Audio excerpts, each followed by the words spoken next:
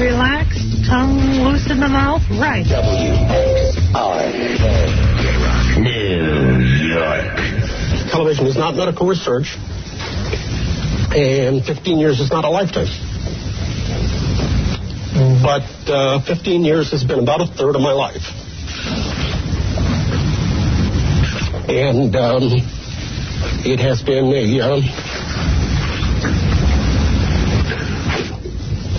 it's been a real pleasure and a genuine privilege to represent this program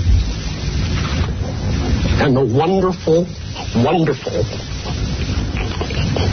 people who put it on.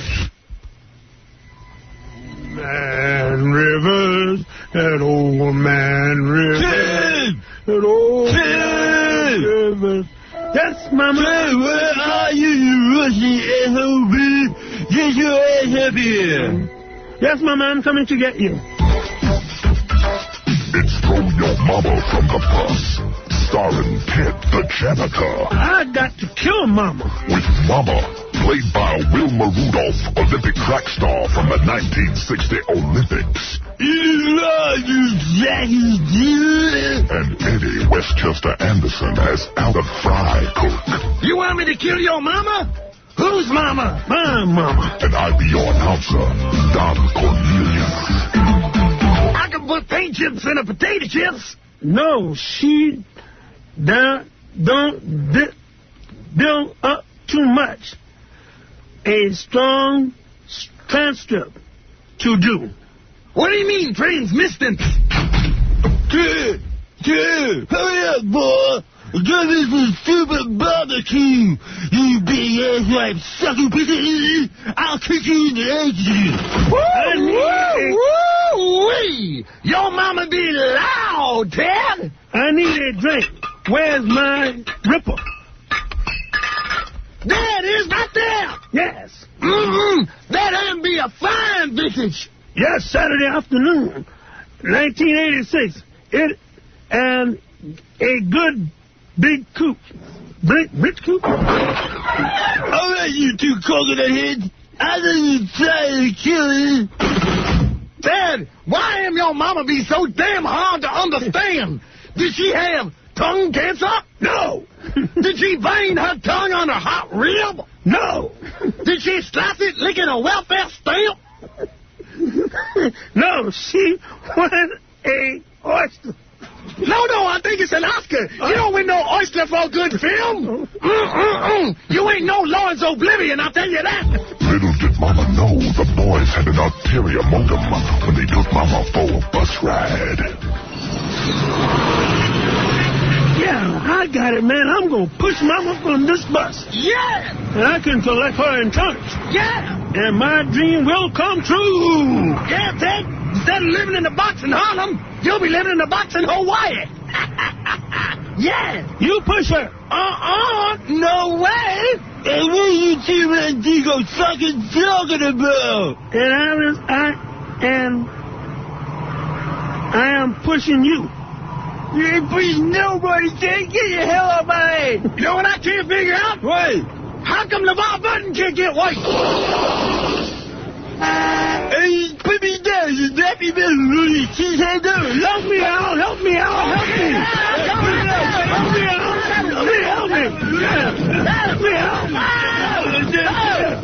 Help me out.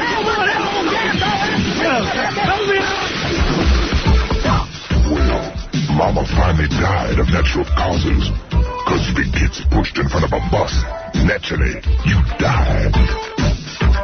Throw your mama from the bus. That voice, I can't get out.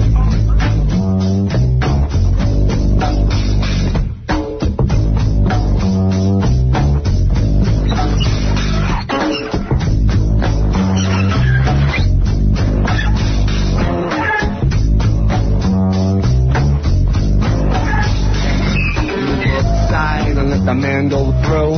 Let the man go through. Move aside and let the man go through. Let the man go through. Move aside and let the man go through. Let the man go through. Move aside and let the man go through. let the man go through.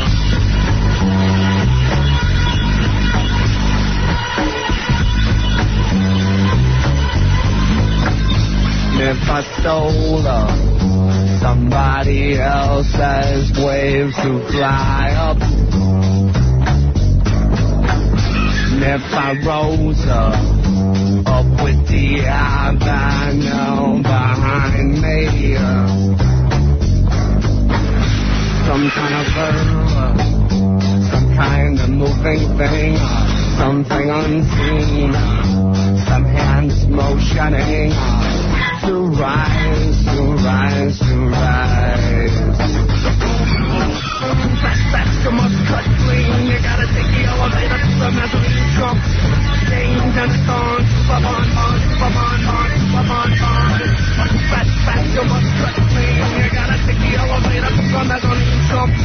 Change and song, Superman. Jet speed.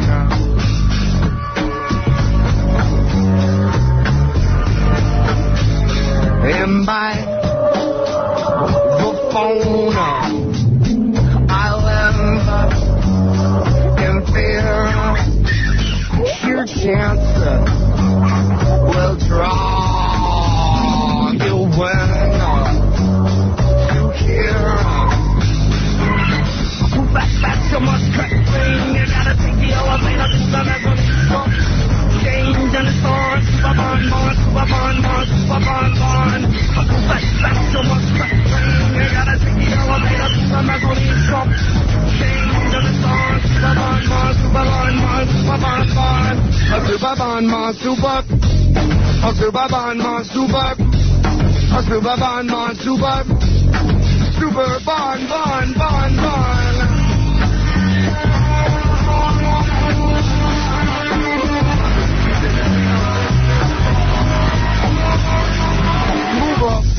And let the man go. Let the man go. Move up and let the man go. Let the man go. Move up and let the man go. Let the man go. Move up and let the man go. Let the man go through. Move aside and let the man go through. Let the man go through. Move aside and let the man go through. Let the man go through. Move aside and let the man go through. Let the man go through. Move aside and let the man go through. Let the man go through. Hi, I'm Ione Skye, the actress, and yes, I'm also the daughter of Donovan, the 60s folk singer. Peace and love and all of that. I am so tired of answering questions about what it was like being his daughter. I wish I was Howard Stern's daughter instead. I would never tire of answering questions about him. And now here's Howard Stern.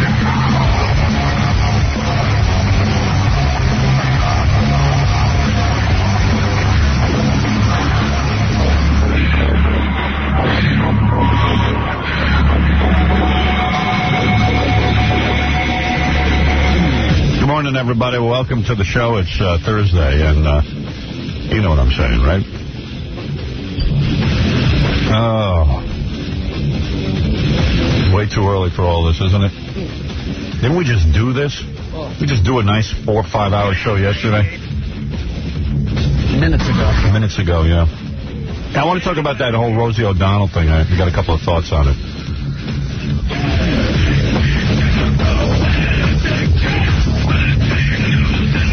Some dude on the phone says he's seen Star Wars already 4 times. It's the best movie he ever saw. Yeah. I told you. I don't get it. You can't keep some people away. I know. We got a lot to get to today.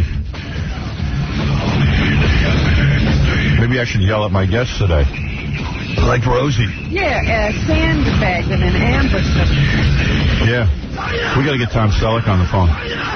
Now that I'm the queen of nice.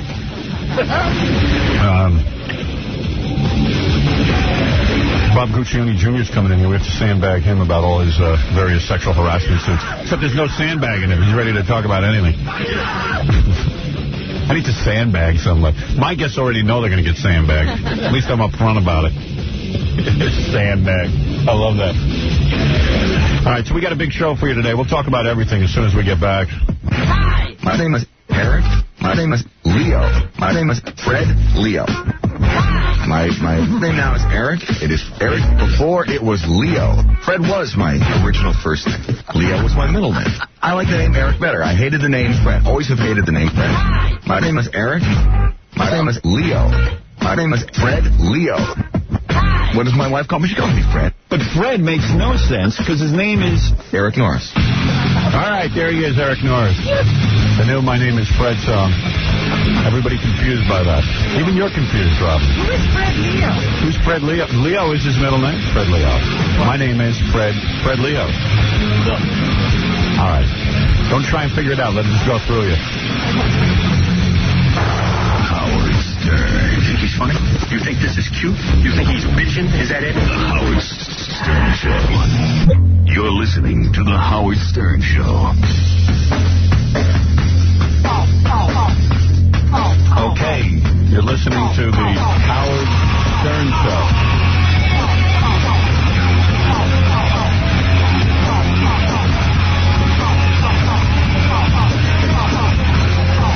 All right.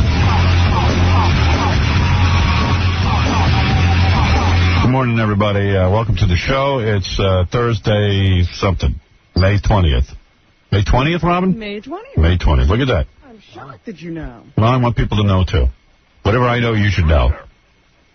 So, I'm watching TV yesterday, and, they got this story, like it's like the biggest story ever, that Rosie O'Donnell and Tom Selleck actually had a real conversation on her show.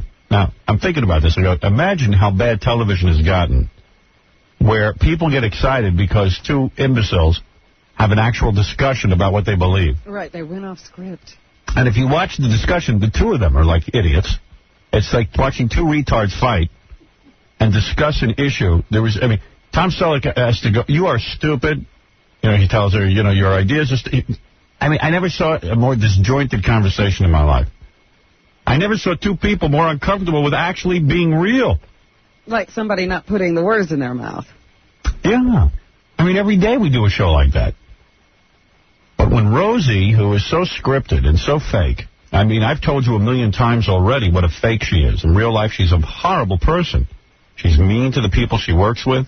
She's mean to people at a pool at the Four Seasons. I met a guy 2 seconds after he was berated by her. She growled at him like an animal because he had the nerve to go over and say he was a big fan. He just said, this guy was so non-offensive. He went over and just said, Rosie just wanted to say hello and tell you how much I love your show. And she went, like that. Can you imagine doing that to another human being? You got to be some sort of animal to do that. And this is the queen of nice. And Tom Selleck is such a bad debater that he doesn't turn to her and says, how dare you have a conversation about gun control when you sell guns for a living? Which is what she does. She said to Tom Selleck, you represent the NRA. You're a member, so therefore you're a representative. You're a spokesman. Spokesman. And he said, look, he's not a dopey guy, Tom Selleck, and the guy's a gentleman. He came there to promote a movie. Rosie O'Donnell was claiming that she told him ahead of time they'd be speaking about the NRA. And, of course, he says they're lying. And, of course, they're lying. He wouldn't have gone on there if he had to do an NRA discussion. She's lying. Her people are afraid to tell her the truth because she'll fire them and yell at them. Everyone walks around there. I know for a fact everyone walks around there like on eggshells, yeah. I know it for a fact. It's no secret that she's a bitch. No picnic over there with Rosie. And by the way, I don't call women bitches because they are powerful women. I call women bitches. I call men bitches when they're mean. Actually mean. The guy at the pool doesn't work for Rosie O'Donnell.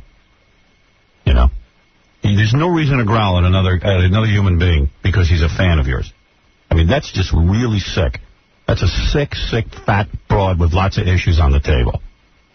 And I've always said it. I know the sickies when I see them. I know the hypocrites when I see them. And no one is more hypocritical than Rosie O'Donnell. If Tom Selleck had said, look, you want to have this conversation with me off the air, I'll have it with you for a few minutes because you're very fat and I feel bad for you. But here's the deal, honey. Rain on my parade. Honey, you sell guns. I support the Second Amendment. You sell guns. That's it. End of discussion. You're not entitled to talk about gun control. Unfortunately, Tom Selleck, he's into his own thing. He didn't do research on Rosie. Yeah. Man, I got plenty of research, Tom. The conversation was absurd. So, but what is shocking to me is that when somebody has a real... you see, her show should be like that every day. She should say what's on her mind, and he should say what's on his mind, but no one wants to buy into that kind of television. Oh, that's too scary. Yeah, it's too weird. And on a similar note, you talk about ambushing. I'm watching a promotional ad for CBS 60 Minutes 2. They've got a second 60 Minutes now. And Charlie Rose is interviewing Madonna. Did you see this tape? I saw parts of it. Yeah. I didn't see the whole thing. I didn't see the whole thing either, but Charlie Rose had the cameras rolling while Madonna was bitching and moaning about the chair she's sitting in, the lighting isn't right. And you know what that's about. Listen, if you saw the tape, Madonna looks horrible. She's lost her looks. Mm-hmm. She's 41 years old now, and it's very difficult for a woman at 41 to look good. Especially when you lived your life on your looks. Right. I mean, the camera came in a couple of times. You got scared. It was a horror show. Yeah, I had to take the children out of the room. I thought Morticia had come back. Morticia was back. And listen, she desperately wants to look good. So it was a woman insecure about her appearance. And Charlie Rose showed the whole thing. Yeah. Now, when did they do that on TV? Never. So talk about ambushing. And do you know they were supposed to premiere with that show for the stupid 60 Minutes, the second one. Oh, that hasn't been on yet? 60 Minutes too? It has been on. Oh, this is the new season. They interviewed her months ago. Yeah.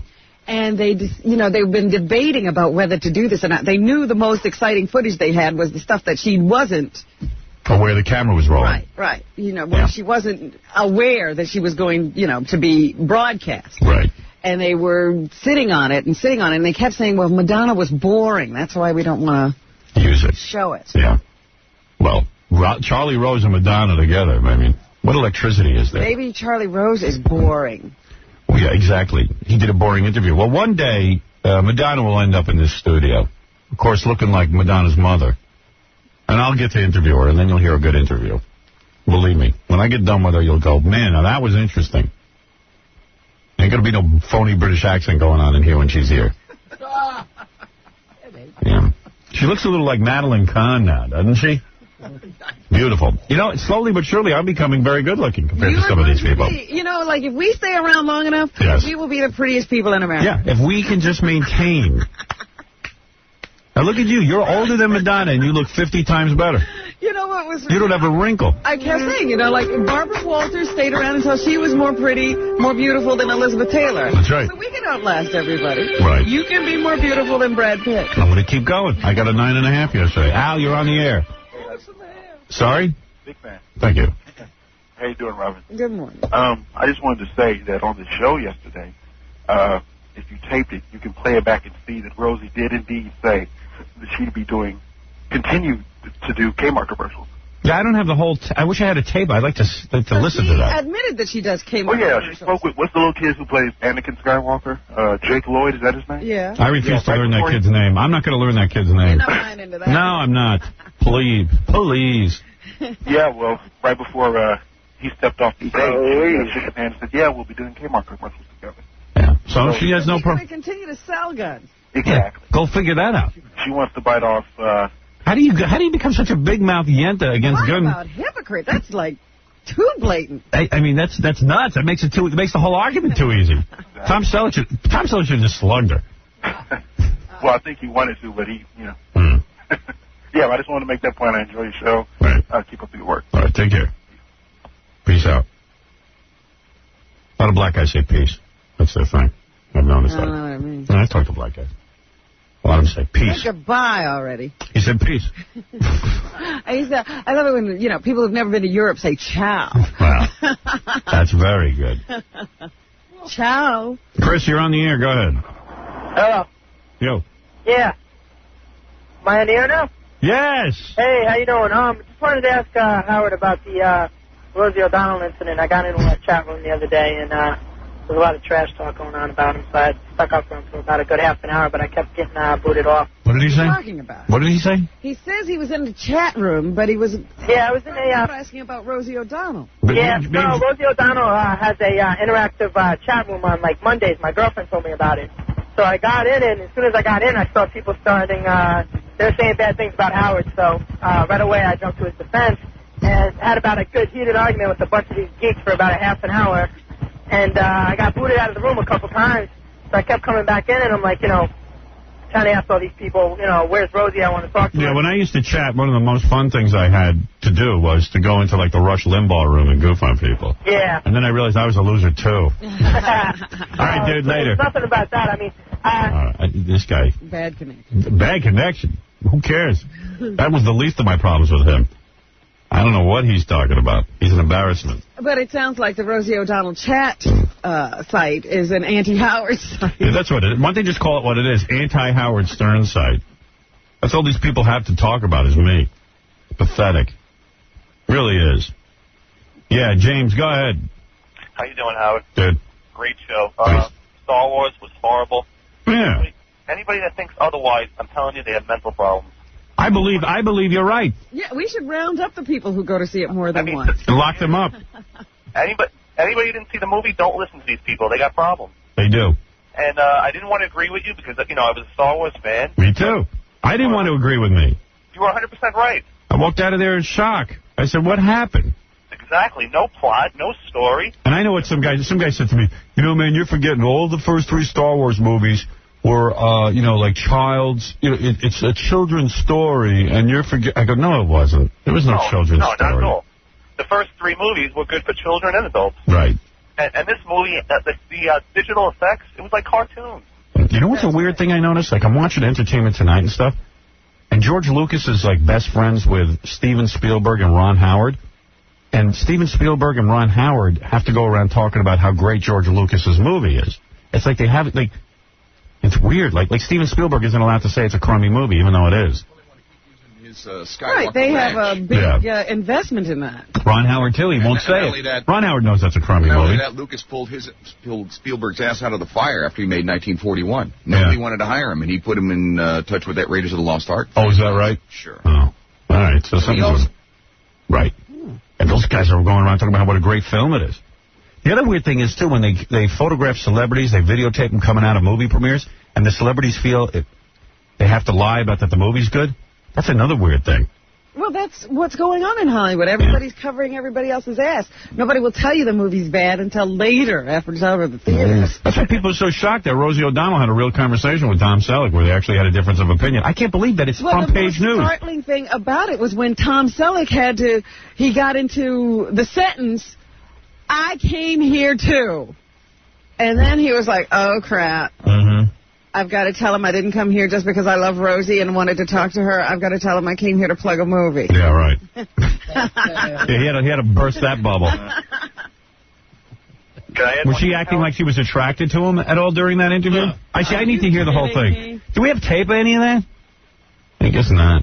I don't think any of my hundreds of staff would think to bring that in. That I might want to listen to it. All right, dude. Later. All right, take care. Let's live in a vacuum. Dr. Remulak, you're on the air. Remulak. I am Dr. Remulak. I am Dr. Remulak. What is it, Stuttering John? He has a question for you. Dr. Remulak. Well, let him ask it this time. I am Dr. Remulak. If he has a question for me, he should ask it. I am Dr. Remulak. This guy has obsessive-compulsive disorder, and I know he can talk to me directly. I know he can. I'm not buying into him talking to you. It's about time he grew up. Because he goes to work and has to do certain things. He has a whole job. He's a big maven. Right. I am Dr. Remulak. Dr. Remulak, if you have a question for me, you must ask it. Cat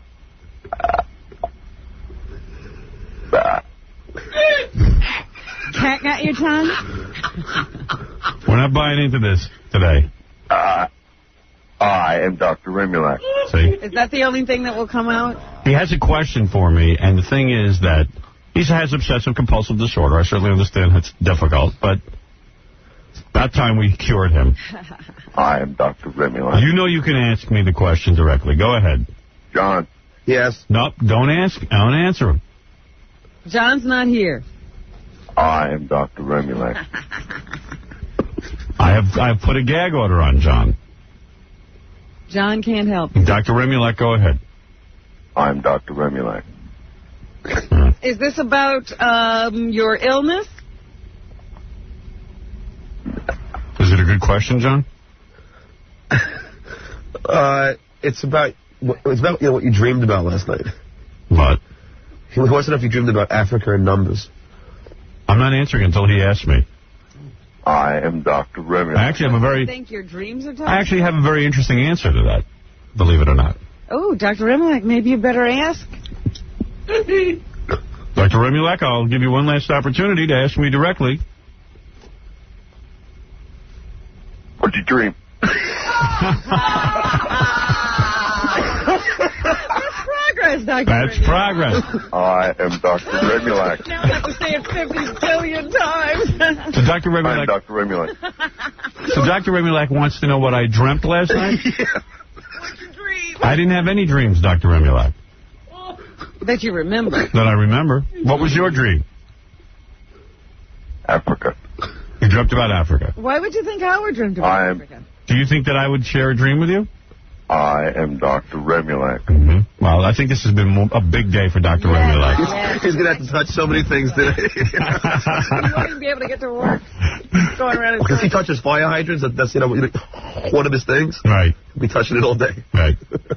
Fire hydrants are the dirtiest things. I'm Dr. Remulak. We know who you are.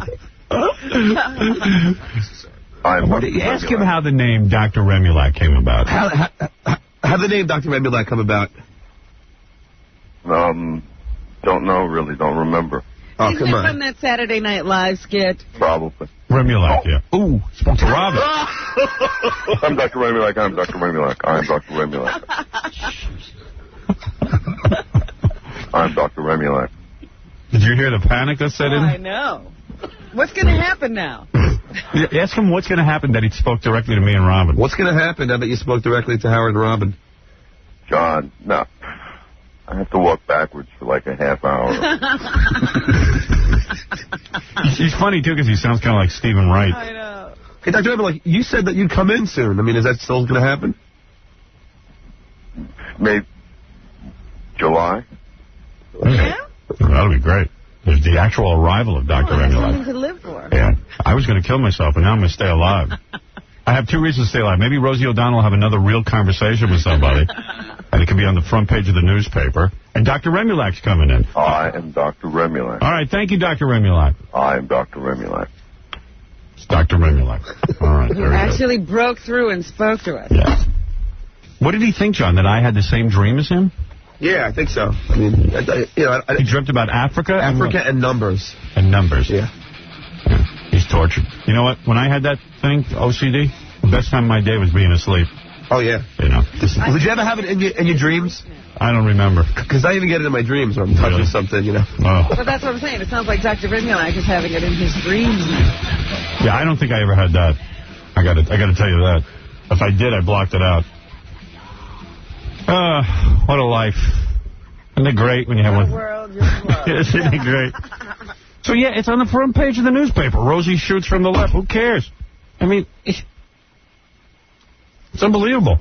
At least the guy in the New York Post happened to point out that she's a shill for a gun salesman. You know what I mean? Mm-hmm. But man, look at the I'd like to get this kind of press. She's doing this is because it's some liberal agenda she can push and become more popular with that wacky audience of hers. I know. Oh, look, Rosie's taking care of us. They were all cheering and stuff. Meanwhile, they all probably own guns. I don't know what they cheered about. I'm with Tom Selleck, man. I want to have a gun. Are you crazy? And Tom Selleck's not shooting up any schools. No, what did he do? He's not the problem. Yeah, he wants to own a gun, the guy. What's wrong with that? Even the NRA is not the problem. Right. But that's, that's another one of those scapegoating kind of things. Rosie makes herself look good, and Tom Selleck's got to suffer. Yeah. And Tom Selleck, by the way, didn't want to even get into it with her, so he's just sitting there like, look, I'm not going to get you. This is a simplistic debate. I mean, what the hell are you talking about? I'm talking about the Second Amendment. Right, here. you're going to talk about kids with guns like anybody wants kids to have guns. Right. Yeah, like Tom Selleck. Now Tom Selleck's for the kids getting guns and shooting the schools. According to Rosie. Right. She simplified it down to that. But, of course, Rosie's been responsible for the sale of more guns than anybody on the planet now that she shills for Kmart. Yeah, she's made them a very successful company. You're not kidding. Yeah, good work. Patrick, you're on the air. Good morning, Howard. Hey. Greetings from Rome. Right. Rosie O'Donnell is such a hypocrite. Tom Selleck was biting his tongue. I could see he wanted to dive over the desk and grab her by her fat head. Although, you know what I think? I don't think Tom Selleck's a real bright guy. I don't think he was biting his tongue. I don't think he even knew what to say. Right. He got hit off guard. You know, when you want to interview Rosie, you can't ask her about being a dyke. You know what I mean? She's got all kinds of ground rules for her. Oh, yeah, there's all kinds of things you can't bring up about Rosie. He makes a very good point. There was another avenue Tom could have gone up. You know, book me on that show. It's time for me to do the Rosie O'Donnell show. You know what I might do? Maybe I'll just walk over there and demand to go on. I want to debate her on gun control. I'd like to see you get on. What time is she on? Hey, Howard. What time do they take that show? It's live, right? Yeah. What time? It's 11 o'clock. 10 to 11. Yeah. From 10 to 11? 10 to 11? So we're on the air. Why don't I just walk over with a microphone? Well, how far is the studio from here? Howard, it's right over at NBC. It's 5-6 blocks away. All right. Get me a remote mic. I'll walk over and say, hey, now there's... here, I'm ready to debate Rosie about gun control. Guns? I'll go over there. Howard, that would be so awesome. I wish... Let's do it. You won't get in. Hey, Howard. Why not? Maybe they'll let me in. They might let him in, Robin. Okay. All right. You people are living in a dream world. You think Rosie doesn't want to have an ambush situation? Why don't they let me ambush her? She wants to be where she's in control. Like, I was watching it on TV with my daughter, and she's, the report on it. We didn't actually see the show. Because believe me, I can't. It's like waiting for Haley's Comet for something good to happen on that show. Something finally good happened. So my daughter says to me, why didn't Tom Selleck crush her? And I said, you know why? He's not. He's an actor. He was shooting blanks. Yeah, I said, now you put me on there, not to pump my own gizmo up here in front of your kids, but I'm telling you, I would have crushed that bitch. Hey, Howard, great Saturday show, Howard. Hey, thanks, man. We got a great one coming up this Saturday. As a matter of fact, remember when Baba Booey and Benji wrestled in here just like last week, the big rematch? I know it sounded good on the radio, but, dude, it's built for television. Wait till you see this. Wait till you friggin' see this. Hey, Howard. It's the sickest goddamn thing. Those two idiots, Gary lifts Benji, who weighs over 300 pounds, flips him like it's nothing. Baba Booey. I got to say, Baba Booey's in great shape. Baba Booey. The other thing I want you to see this week and pay particular attention to is this guy in our audience. He's not a professional animator or anything that I know of. He's not? Maybe he is. But it's a cool new cartoon with featuring all of us. A guy did a great job on it. And if you give me his name, I'd give him a plug, too. He's cool. We got that. And what else we got coming up? The lesbian dating game is real hot. That's when Jenna Jameson and Nikki Tyler. Yeah, and we went out and shot a whole bunch of stuff around that. Yeah? Yeah, there's all cool stuff. Lots of cool stuff. Gary Garver with Joe Pesci. You got That was a good interview. Joe's great. Yeah, we wait till you see him. It's just a really good show this week. It's all brand new. One with Stuttering John and Billy Crystal, too? Yeah, that's going to be in there. Yeah, it's cool. So we Hey, get some good stuff. Yeah, and you know what? Like around 9:30, why don't you just give me a microphone, and I'll walk over to Rosie O'Donnell's studio, and I'll say, hey, I'm here now. Why don't you talk to me? Come back on control. Come on. I'll sit down with those fat yentas and mix it up a little bit. And I'll bring up her sexuality. I'll bring up everything. I'm going to say, hey, you wanted to... Listen, since you're... open and honest conversation. Yeah. Hey, Howard. And by the way, when I go on, Gary, go out and buy me a cowboy costume with 2 6-guns. I want to wear pistols. How about, like those gun belts that you wrap Like the around Mexicans? your Yeah. like the Mexicans do? Yeah, like a pistolero. Yeah, bandolero. Bandito. The frito bandito. Howard. Yo. Let me tell you how many jelly beans are in her head for... Go ahead. Let's do that. We still got that set up. How many jelly beans do you think are in Rosie's head? Oh, about 3,000. All right, Gary, come in. Is he high? Is he low? Close enough for tickets? Let's hold on. I'm going to get the answer. You might have hit it on the head. Hold on 1 second, Howard. Uh-oh. Hold on. Gary's got to go look it up. He's forgotten. I don't remember. There it is. It's spinning right now as we talk. Hey, joke man, I got a joke for you. Just give me that number one more time, Howard. 3,000. He is, I can tell him if he's high or low? Yeah. He's low. Oh! Wow.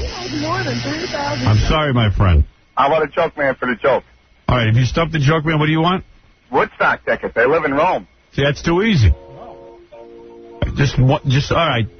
Is it a real joke? Yeah.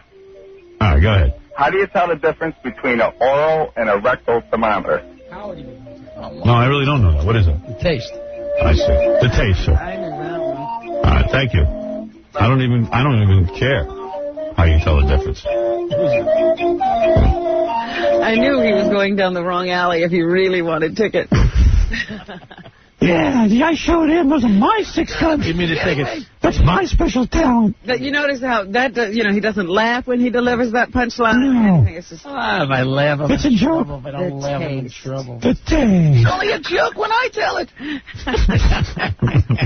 Every time it's funny. Everyone knows I put that on Hokey Smokey.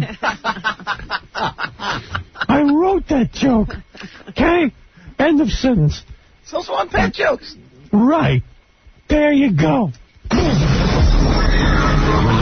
Man who can satisfy 2 women at once. The best nose in show business, Howard Stern. You're going to hear about, some woman's going to call us today and tell us how her sick and dying kid tried to meet Oprah, but Oprah wouldn't meet with her. Yeah.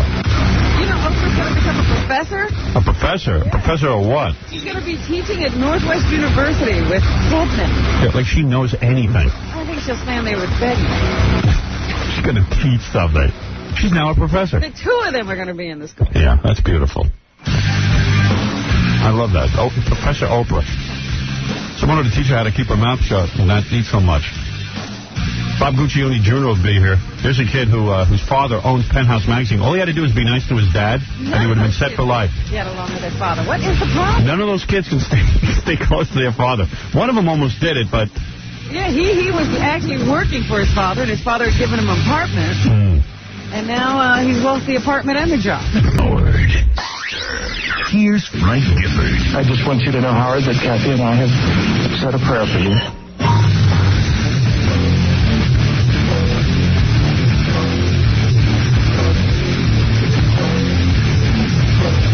Thank you, Jeff. One of our listeners has a tape of the Rosie O'Donnell show from yesterday. You want to listen to it? Okay.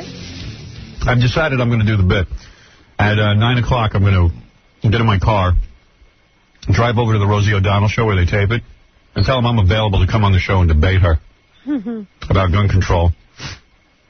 If she wants to have a real conversation, I'm going to bring up everything I know about her. I want her to now handle a professional debate, not some deer in the headlights like Tom Selleck. I've never seen a guy who can't talk because it's Tom Selleck. Well, yeah. Guys lived a charmed life. Yeah, I mean, geez, you lose the ability to think? I don't think he ever developed it. Wasn't he, like, trying to pass himself off that he was going to run for Senate for a while? Like, he was even... I think, yeah, he was getting a little political there for a few minutes. But, you know, that was before anybody saw this. Boy, I've never seen a guy get beat up by a woman so bad. Hi, Mrs. X. Hello. This is Mrs. X. Actually, it's Miss. Ms. X. Ms. X. So, can you play us the tape? Sure, you ready? You feel like hearing this, right? Sure. Yeah. Okay. You ready? Yeah. Okay. Here we go. Okay, we're back with Tom Selleck, who is a member of the NRA. 3 months ago, you joined the NRA. Can you hear it? I actually joined to do an ad because, you know, I've done a lot of consensus work for like the last 7 or 8 years, and what disturbs me, and I think disturbs a lot of Americans, is this whole idea of politics nowadays, which is, it seems to be, if you disagree with me, you must be evil, as opposed to if you disagree with me, you must be stupid.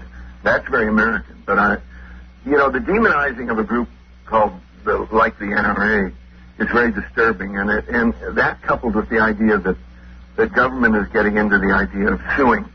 We did it for noble reasons with tobacco. I think it was a mistake. Then they moved to gun makers. Now they're suing television shows, and Oliver Stone, there's a suit on his movie. I think the First Amendment and the Second Amendment and all the Bill of Rights are extremely important, and somebody needs to stand up at times where maybe some of our politicians are demagoguing issues. Reasonable people should disagree in this country. We should celebrate that, not consider it a threat. Right, but I think that the reason that people are so extreme against the NRA is because the NRA has such a militant strength, especially a power in Washington, to veto or to stronghold any sensible gun law. They have been against every sensible gun law until yesterday, including trigger locks, so that children, which there are 500 a year that die, don't get killed. I'm not a spokesman for the NRA. In fact, all I can tell you is I was a member when I was a kid. I was a junior NRA member. I learned firearm safety. And from what I see in the last 3 months, they don't do a lot of the stuff that that you assume they do. Well, I they don't are for assume. trigger locks. They're for a lot of things, as long as they're voluntary. Well, they're against the registering of guns. We have to register cars. Why shouldn't we register guns so that when a crime is committed, we can trace who has owned it? You know, I understand how you feel. This is a really contentious issue, probably as contentious and potentially as troubling as the abortion issue in this country. All I can tell you is it rushes to pass legislation at a time of national crisis or mourning. I don't really think are proper. And more importantly, nothing in any of this legislation would have done anything to prevent that awful tragedy in Littleton. What I see in the work I've done with kids is a troubling direction in our culture, and where I see consensus, which is what I think we ought to concentrate on in our culture, is what's he talking about? Nobody argues anymore whether they're conservatives or liberal, whether our society is going in the wrong direction. He's dumb as a post. They may argue trying to quantify how far it's gone wrong or why it's gone that far wrong, whether it's guns or television or the internet or whatever. But there's consensus saying that something's happened. Guns were much more accessible 40 years ago. A kid could walk into a pawn shop or a hardware store and buy a high-capacity magazine weapon that could kill a lot of people, and they didn't do it. The question we ought to be asking is, look, suicide is a tragedy. And it's a horrible thing. But 30 or 40 years ago, particularly men and even young men, when they were suicidal, they went and unfortunately blew their brains out. In today's world, someone who is suicidal sits home, nurses their grievance, develops a rage, and is just as suicidal, but they take 20 people with them. There's something changed in our culture. That's not a simple... But you can't say that guns don't bear a responsibility. If the makers of the Tech-9 assault rifle, why would the NRA be against assault rifles? This is a gun that can shoot 5 bullets in a second. This is the gun that those boys brought into the school. Why the NRA wouldn't say, as a matter of compromise, we agree, assault rifles are not good. I can't speak for the NRA. Well, you're their spokesperson, Tom, so you have to be responsible for what they say. But if you put your name out and say, I'm Tom Selleck... I'm not a spokesperson. Remember how Tom you said now you're questioning my humanity. No, not your humanity. I think you're a very humane man. I'm saying that if you say... I disagree with you, but I think you're being But you can't say that I will not take responsibility for anything the NRA represents if you're saying that you're going to do an ad for the NRA. You can't say that. Do you think you can?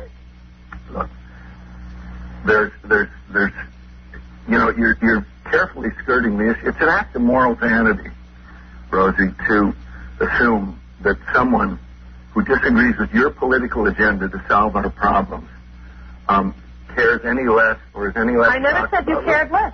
Well, Tom, I don't think you cared less, nor do I think the men in the NRA cared less.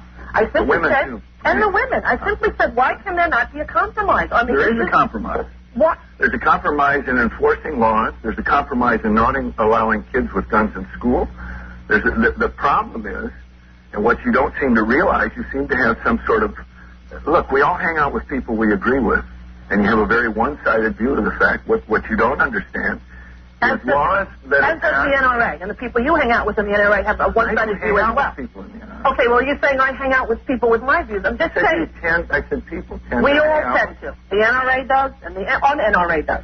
You know, this is a nice one-sided conversation, but you keep interrupting me. Remember how civil you said we were going to be? I let you talk for 4 minutes without saying one thing. I did. I didn't say one thing. I simply asked a question about what their philosophies are, and you don't want to. I told you. When do you want to get to television and violence? I agree. Game shows. I agree. Game shows. And how do you reconcile what? You mean video games? I agree. Please let me finish. Let me just say I agree. What you're really talking about, and at least what I'm talking about, is are we a responsible enough society in terms of television, in terms of guns, to be this free? That should frame the debate. My answer, unfortunately, in this culture is probably not. But I'm going to go down with the civil liberties ship in all the Bill of Rights and apply them equally. That's the way I feel. You can ask me specific questions about anything, but it's simply stupid political rhetoric. Well, it's not stupid political rhetoric. We also have freedom of speech, but you're not allowed to scream fire in a crowded movie theater because it threatens the safety of other people. Assault weapons threaten the safety of other people. There's no reason, in my opinion, to have them. You want to have a hunting rifle? Great. You want to have a handgun? Do you really think the Second Amendment is in the Constitution to guarantee hunting and target shooting? Do you really think that's what the I think the Second Amendment is in the Constitution so that we can have muskets when the British people come over in 1800. I don't think it's in the Constitution to have assault weapons in the year 2000. Why not? But I'm wrong. Well, the government has assault weapons. You better have them. You know, I mean, this is the problem. Here's what happens. The people with opposing views, there is no compromise because you feel attacked, I feel attacked. You feel misunderstood. I haven't attacked you. Well, I think that in a different... I disagreed with you. And I've disagreed with you as well. But mine comes in the form of attacking... I haven't mentioned assault weapons once. I haven't mentioned a lot of things once. I just... The nature of this debate I didn't come on your show to have a debate. I came on your show to plug a movie. That's what I'm doing here. And that's what we did. If you think it's proper to have a debate about the NRA, I'm trying to be fair with you. As I am trying to... Absurd. You're calling me a spokesman for the NRA. Tom, if you're a celebrity and you're doing an ad that says I am the NRA, then what should have been... Have you read the ad?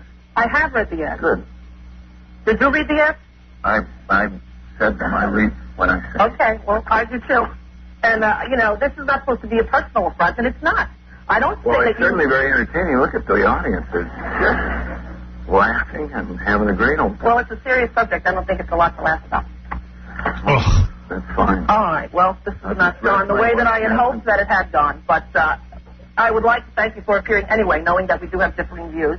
I was happy that you decided to come on the show. And if you feel insulted by my questions, I apologize because it was not a personal attack. I was meant to bring up the subject as it is in the consciousness of so many today. That was my intent. And if it was wrong, I apologize to you on a personal level. It's your show, and you can talk about it after I leave, too. Well, I thought I would give you an opportunity to discuss your side of it. This is what I hoped that I did, and if it was wrong, then I'm sorry for that. All right, obviously, it didn't do much good. But The Love Letter is a great movie with Kate Capshaw, Tom and Ellen DeGeneres. That is the reason you're here, and I thank you for coming to talk about it. It opens on Friday. Tom Selleck, we'll be right back with Jake Floyd. She is such a fat cow. She does a lot of good stuff, though, for people. Like what? Name it. Doesn't she give a lot to charities? Doesn't matter. When you sit by the pool at the Four Seasons stuffing your fat head with whatever it is, she gives to charities because she'll put out a doll and her audience will give to charities. She doesn't give to charities. And when she sits by the pool and some, like, old guy walks up to her and says, hey, I'm a big fan, and she growls at him. Okay. I've seen it. I've seen her do it. All right. Well, all right? I don't even care. You could give $10 billion to charity. There's no reason to treat an individual. No, that doesn't erase acting like a jack-off because you're famous. And Tom Selleck is a gentleman and would not even, and not only is he a gentleman, he's a dopey gentleman. He's not a bright guy, okay? Not every actor is bright. In fact, most of them are dumb. You got to be a little dumb to go into acting because what are the odds of making it? Look, he's a good-looking guy. And yeah. He looks good on camera. He's a himbo. That's why he's there. And he likes to go out with his buddies and shoot guns. Yeah. And there's nothing wrong with that. I like to do that as well. And he doesn't like to think a lot. He's fine. Right. When you're shooting, you ain't thinking. And I know anytime I'm not thinking, I'm happy. I've gone out with my buddies. I've shot off assault weapons. Mm-hmm. I've shot Uzis. And I got to tell you something. It makes me feel very masculine. It makes me feel good about myself to hold an Uzi in my hand and unload. And if you want to own one, you want to own one. Yeah. I want to own one. I had to sit there like a girl and shoot my friend's Uzi. All right? I didn't have my own Uzi. How do you think I felt? Can I borrow your Uzi? And I don't need Rosie O'Donnell telling me I can't own an Uzi. But let me tell you something. I'm going to go over there to that show today. Unless I get really dopey and tired, which is a good opportunity. What's going to be your topic of debate? The NRA. I'm going to talk to... Well, first of all, I'm going to talk to Rosie O'Donnell about why is she a hypocrite? How come she didn't bring up to Tom Selleck that she is a shill for Kmart? Kmart, who sells guns. Mm-hmm. What is she talking about? You don't sell... He might be a member of the NRA. She's a gun salesman. Kmart sells guns. He's not selling guns. Did you notice? He's selling guns. Did you notice what she said? Oh, if you want to have a gun to go, pistol shooting or rifles, that's okay. Hunting. Because the Kmart probably told her, oh, we just sell guns for hunting. Those guns aren't for hunting. Those guns are for shooting. You can kill a person with a hunting gun. Yeah, I like how she's like now making a distinction because she's trying to rationalize her own participation in the sale of guns. Like a hunting gun will avoid a person. She's a bull artist. Bull S. Bull. Oh. Beep. Artist. I'm not your PR person. I just thought I'd provide you with the... No, you did a great job. That was nice. That was nice of you. Okay. I don't want to get into a debate with you. On a personal level, I apologize. It's better if you can watch it because his facial expressions are amazing. Yeah, I saw it on TV a little bit. He's incredulous. Yeah, he's like... How dare you? Yeah. Nobody's ever brought anything up to me. I like that it's a front-page story because nobody on TV ever has a real conversation with a celebrity. You know, except for me, and that's why most publicists won't bring anybody in here. All right, thanks. Anyway, hey, loved your movie, F. Jackie. Right. Bye. Thank you. So, what I was thinking of doing is I found out, like, it's just a couple of blocks from here where she tapes. Mm-hmm. Get in the car. I'll get the walkie-talkie so I can talk to you. I'll get in there. I'll walk up, and I'll say, I'm available now to debate Rosie O'Donnell on gun control. I hope they don't hurt you. They could be violent. I'll bring a gun. I'll whip out my Uzi. So, drive over. Get on the walkie-talkie. Hello, walkie-talkie. I'll say, why don't you put me on? I'm not Tom Selleck. I'll have... Talk about guns? And I'm going to bring up, some sexual issues. I didn't appreciate the way Tom handled the situation yesterday. Yeah, I just kind of feel like Tom Selleck asked me to drop by and debate you. Maybe a professional communicator might fare a little better. Somebody who argues for a living. When they know what's going to happen. Yeah. So I'll ambush her. Yeah. And let's see what she does. You do. Guarantee you they throw me out of the building. Yeah. Let's see how you do under these circumstances.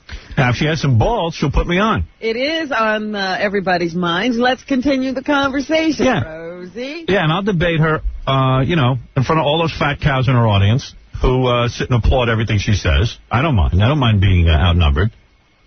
I don't care. Assault rifles. I brought up assault rifles. What is that? Cheers. She sells guns for a living. There's no getting around that. End the debate. I win. You lose. Unbelievable. Yeah. Hey, Shelby, you're on the air.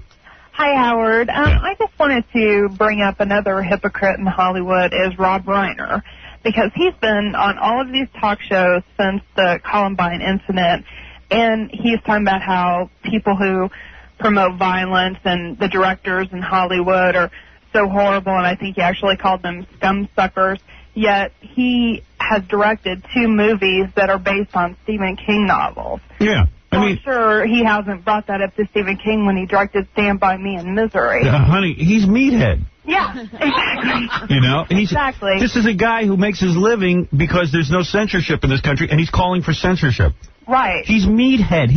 I'm telling you, you cannot idolize people in Hollywood. They're the dumbest people. Listen, I get to go to some of these parties once in a while with Hollywood people. You've never, because when you see them, and you see them on film, and brilliant writers put words in their mouth, you feel like they're special people. I tell you, you stand there, online for the bathroom next to them, and you talk, and you can't believe how dumb they are. The lights are on, but nobody's home. They just make a lot of money because that field pays a lot of money if you happen to be 1 out of a billion that makes it. Right. So you start to think they know something. They don't know a thing. They know something. Yeah. The thing. Tom Selleck even thinks he knows something. They all think they know something. If you listen to that tape, you hear a guy flumper around more. I make a lot of money. I must be brilliant. If you were an alien and you came down from another planet and you listened to that tape of Rosie O'Donnell and Tom Selleck, you would think Tom Selleck's second language was English. It doesn't even sound like he can put a sentence together, this guy. Right. I mean, you never heard anybody talk like that. What he's talking about. He doesn't know what he's talking about. He's waiting for somebody to write him something. He was looking around for a cue card. Well, the segment before she attacked him, or they had that discussion, he walked out, and she has these desk themes where she has a different desk every day. Right. Well, she has her episode 1 desk.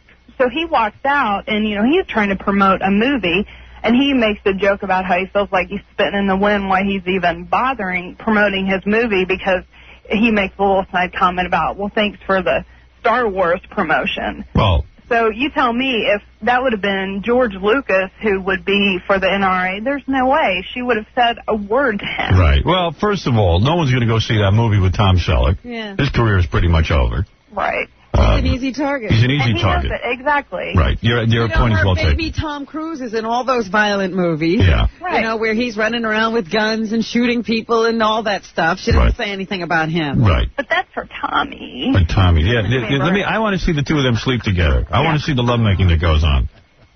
You know, I don't see him. Forget it. All right, thank you. Okay, thanks. Yeah, I'll bring that up. Howard. When I'm on Rosio today, I'm going to bring that up. Okay. I'm going on today. Well, I can't wait. Yeah, I'll be on. Star Wars about high-tech weaponry and killing each other. Yeah, she likes stuff, but she's got the Star Wars toys all over the desk. If you really want to get cuckoo and start regulating everything, start regulating all that. Aren't there going to be video games based on that where you can, you know, pod race and send your ships out to kill the Death Star? Look how dumb Tom Selleck is, though. He's like for the NRA, but then he goes, yeah, but a video game. He started to mention video games. Yeah, he is another one who wants to attack somebody else. Just get it off me. As long as he can have his hunting rifles. All right, thanks. They're all idiots. Howard, I love you. Love you, too. Bye-bye. You know, these But guys then he thought better of it and said, I'll go down fighting for the First Amendment. Right. But video games. Bunch of Hollywood confused, dopey people with low IQs. Actually, he couldn't even remember video games. He called them game shows. Yeah, he didn't know what they were. He was all rattled. And she starts screaming, me too, I'm against game shows and video games. Game shows? You mean video games? Me too. I'll tell you the truth. I think game shows are the worst example of greed in this country. I'd be for banning those. I've never seen a bunch of... You want money for nothing? Makes the country look like a bunch of hard-up sad sacks. Bob Barker. Come down here and make yourself a fool for a refrigerator. I know how I'm going on Rosie today. I'm going to bring a big bag of chocolates. There you go. Bring her I'm gonna some stuff her. ding-dings and yodel. Yeah, talk about a bad role model. They're stuffing her fat face on bad junk food. And I'd like to say, every time she has a child star in her midst, she tries to feed them. Fatten them up. Feed them candy. Yep. The Wicked Witch of the West. Yikes. Ugh. Yeah, go ahead, Adam.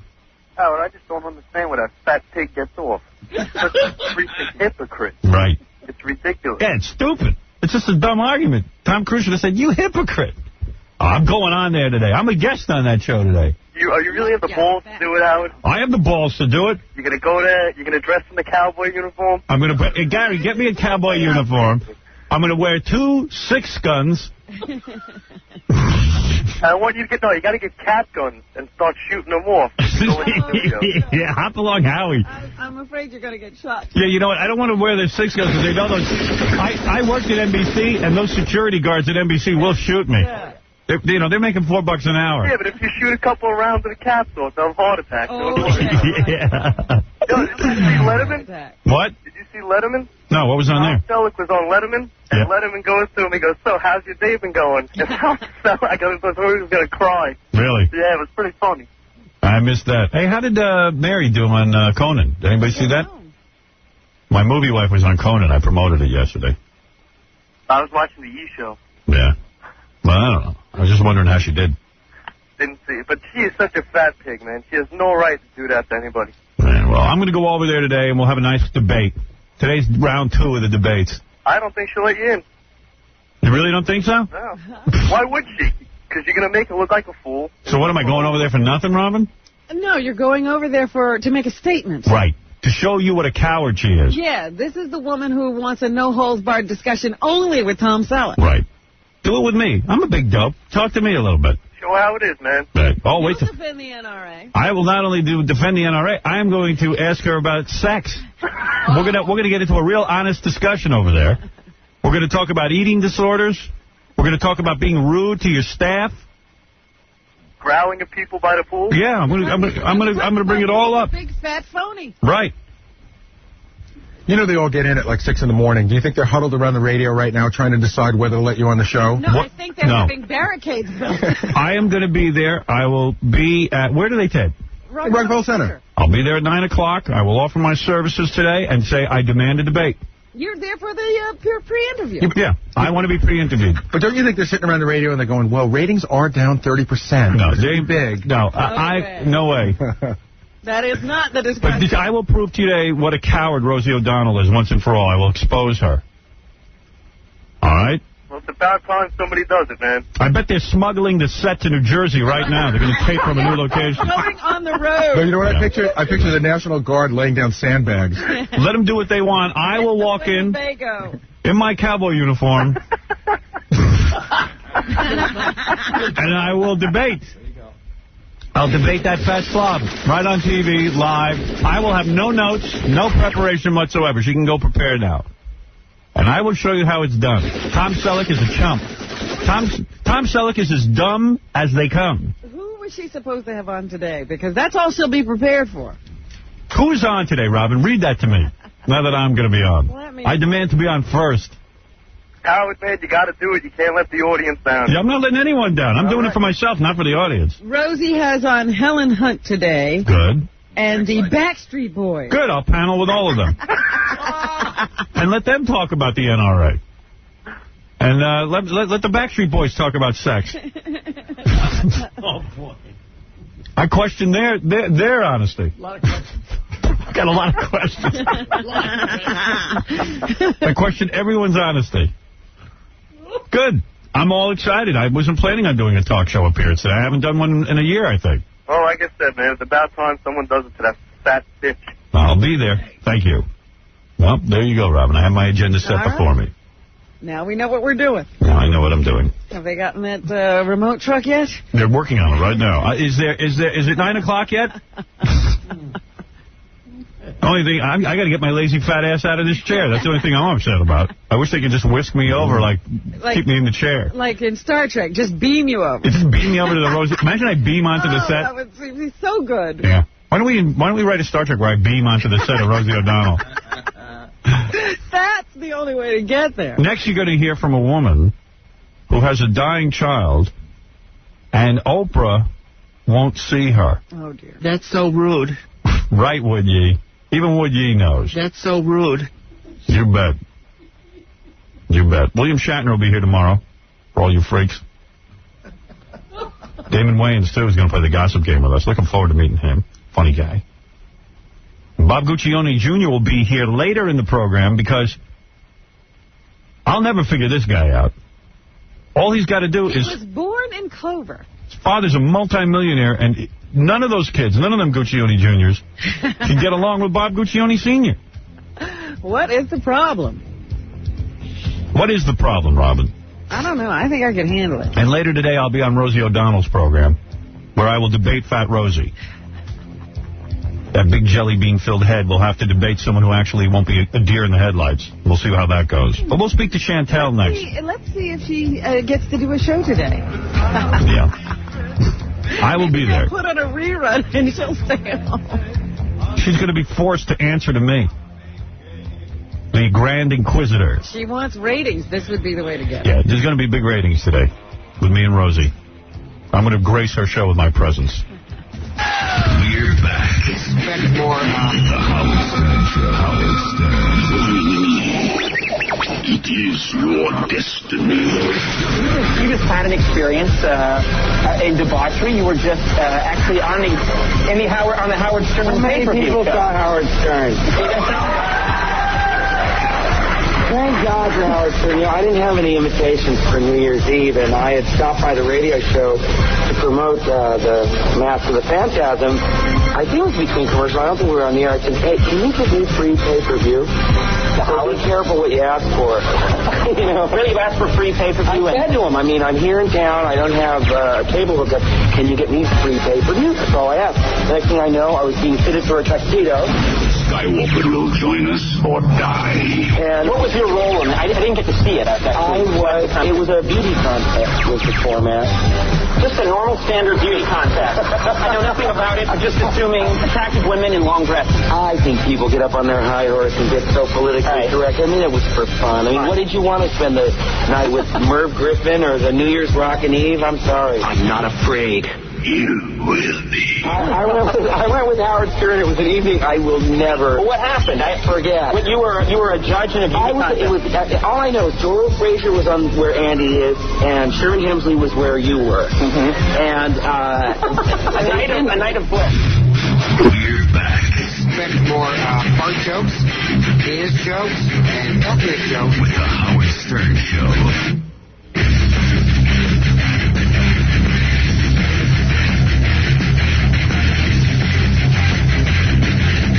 All right.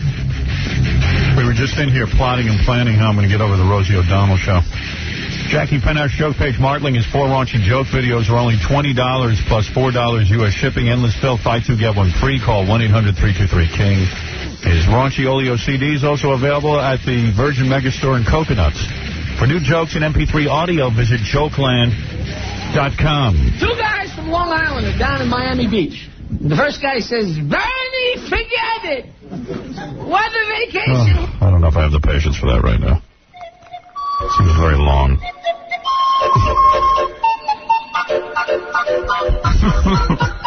I just looked over. The joke is almost a full minute.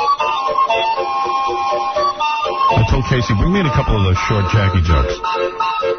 Is that a short one? I don't know. But it sounded like Jackie was going into a Jewish impression. Winding up, yeah. Do you want to hear it? Might as well go through it. See if it ends in My Schindler's List of jokes. My what? My Schindler's List. Oh, I thought he said something else. I did too. I wish I could say that. It's hard to hear anything over the music, Fred. All right, I'll listen to it.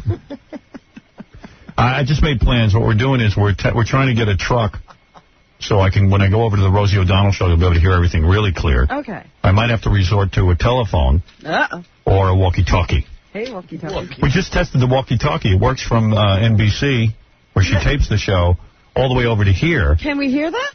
Yeah, but once you go over to the building, once you go into the building, it goes out. It goes out. Same with the phone, though. Yeah, all these buildings are metal. So once I get in and I'm, preparing with Rosie. When I'm on with Rosie, it'll be hard for you to hear. I'll be doing. We got Guccione Jr. coming in at 8:30, and then after I'm done interviewing him, I'll get right in the truck and go over to the Rosie O'Donnell show where I'll be appearing today, if she has any balls. It's a shame we can't get a hold of one of the like the Backstreet Boys, like you could join the band. Yeah. Because I kind of look like a Backstreet Boy. Oh, yeah, sneak in as a roadie. I could just grow some of that facial hair. Yeah. Casey can loan you facial hair. Yeah.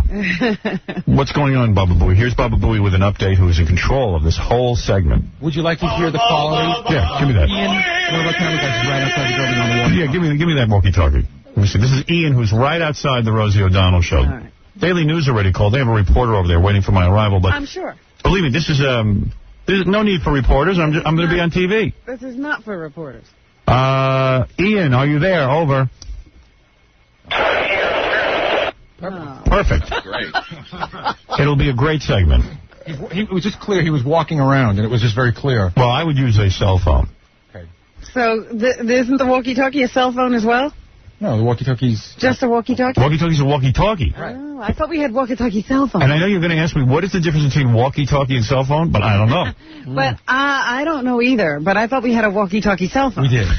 Hello, Ian. This is Howard Stern. Over. Sounds great. How come it's always clear when Baba Booey's talking? It was clear as a bell. Hello. That's the way, that's what happens in real radio. It works fine, and then you get on the air, and it sucks. In the other room, it's just this room. There's something with the room. In the other room right over here, it's perfect. It's crystal clear. Don't make fun of this room, because Richie Herbie will get very upset. You're gonna ruin his reputation. Yeah, Richie has hardly been speaking to me. But it's crystal clear. Yeah, I found out what happened. Richie Herbie is our chief engineer here at the radio station. Remember we switched microphones? We tried them out, and I said there's a big hum on the microphones, and we have to fix it. He said I think he said to the E guys that's me attacking him. No, but he gave me the reason why the hum exists. Yeah. And it's because of the way you operate the board and how... Of course. Oh, it's my fault. Well, he just said because of the way you operate the board. Oh, okay. He wasn't blaming you. Right. Well, that sounds like he's blaming me. That sounds like an attack on Howard. Yeah. It wasn't an attack. It was an explanation. Wait a second. So the equipment is set up to be run, but it's the way I run it. Hey, you guys leave at 11. You know what I mean? But they changed the microphones back. I don't hear all that noise today. Yeah. How come? Why? I'm running the board the same way. They're a different kind of Oh, microphone. they're much more sensitive microphones, so if you raise it up. But he's saying that... Yeah, but Richie, then don't allow it to go that high. Yeah, but if I don't, then your level is still on. So I don't... It's my fault. I say it's my fault. What do I know? Ian, are you there? This is the man who's everything his fault. Over. All right, Ian seems to be on. No reception. No, we have no reception. Well, it's because of the way you touch the thing. Just this room. The way you touch the room. The room is lead-coated. It's when you come into the room. In case Superman tries to... Superman can never see ends. I've always been blamed for everything. It's always my fault. What is it, Stuttering John? Hey, man. Yeah. I got a woman on the phone, doesn't want to come, be on the air, but she's got 2 phones, she claims, these Nextel phones, that will be able to, hear inside a building. Should we bring them down? Probably that's true. Because, yeah, she should bring them down. I'll tell you why. Because, once again, it will point out to Tom and my whole staff about how we don't have proper equipment. We're not prepared for any situation, so please bring them down. Okay. So maybe we'll prove it's not my fault. Now the listeners are helping us stay on the air. This is $1 billion company. I want you to know that. The Nextel phone she's talking about? Yeah. We had tested these. Yes. And I was at home in Connecticut, and I was talking to Kathy Tobin while she was on the ferry going to New Jersey. Right. Crystal clear. Right. Well, we're going to try it. Well, Let's see. we'll see what it does in this room. That's right. Because this room is different. We have plenty of phones.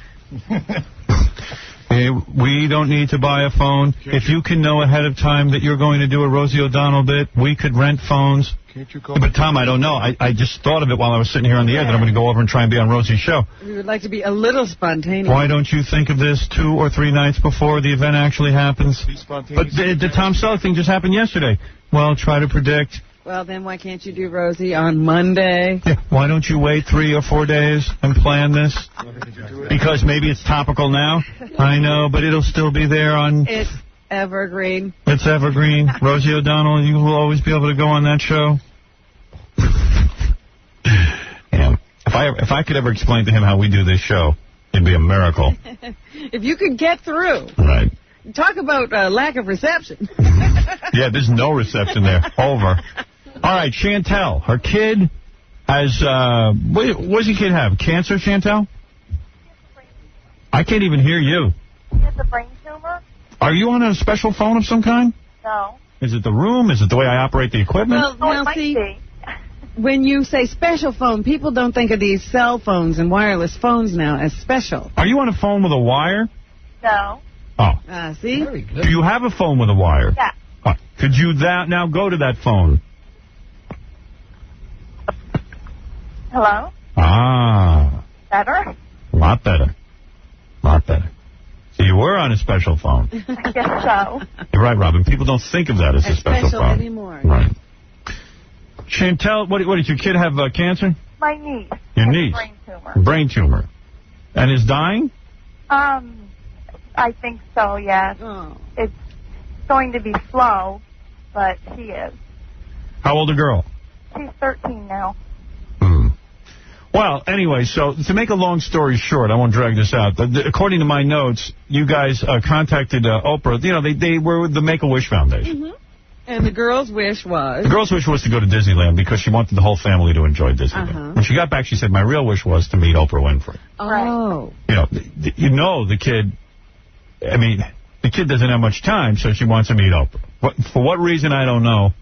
Well, she thinks that Oprah's the woman on television. Oh, I see. Sweet and nice and the Angel Network and that all. Really? So anyway, right, she got taken in by it. So it's like people think Rosie O'Donnell's nice. All right, so kid wants to meet Oprah. They get in touch. All right, let's face it. I get a lot of requests I can't honor. People want to meet me. So Oprah says she can't meet. But then the show calls the kid, the parents, back, and says, we're doing a show about what, dying kids? It was about people who wrote letters to her on behalf of children. Okay. That's some interesting show. But anyway, so they say, hey, bring the kid down, and we'll do a segment with the kid, with Oprah. She'll get to meet Oprah. But I don't know, they must have done some pre-interview, and they decided not to use the kid. They said, but if we decide not to use the kid could what, get an autograph from Oprah? They said she could still come down and shake her hand before or after a show. Right. So now, what happened? So you got the agreement from her producers that, this is your story now, that the kid could come down and meet Oprah even though she's not going to be on the TV show, right? Right. And then she got a box with a T-shirt and a mug and a signed picture. And then the publicist called and said Oprah has a strict policy never to meet any sick children because she can't meet all of them. Oh, isn't that something? Never to meet any. Because if she met with one, Oprah must be fair to all peoples. She has a rule about it. Oprah has a rule. All right. You know when that rule was concocted. For this phone call. A rule.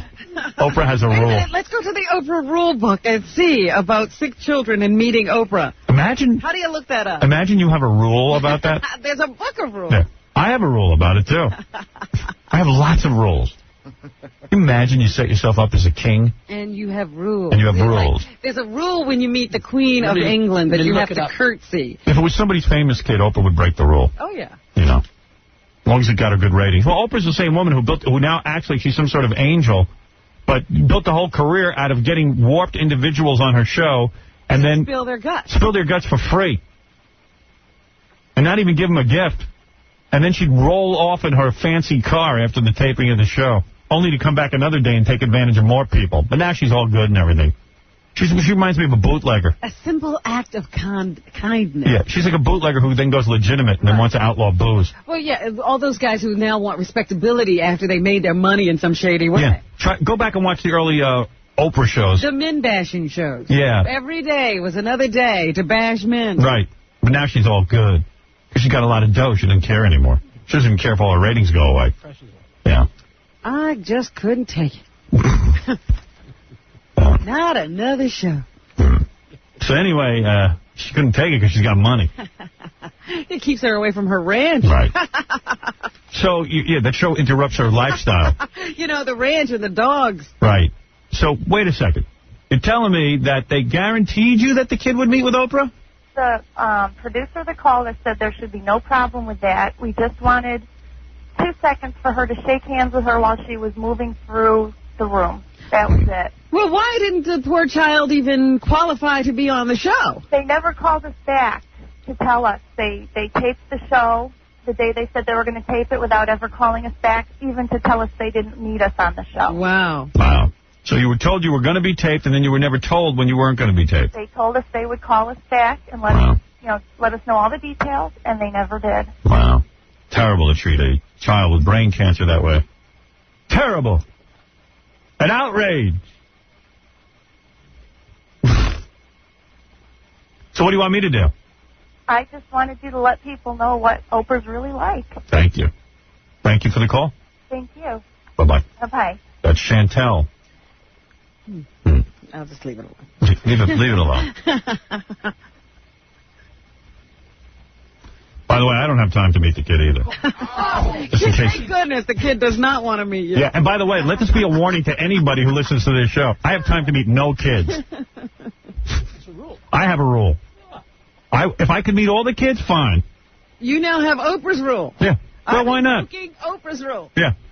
I would meet with these kids, but I got to meet them all. I got to go with Oprah. All right. Thank you, Robin. Mark, you're on the air. How you doing, Howard? Good morning. Good morning. I'm a member of the NRA, and what I'm saying is I saw the Rosie O'Donnell in what is this problem? the show, and he's at the firing range. a little embarrassed. Yeah, well, Tom Selleck is a dumb guy.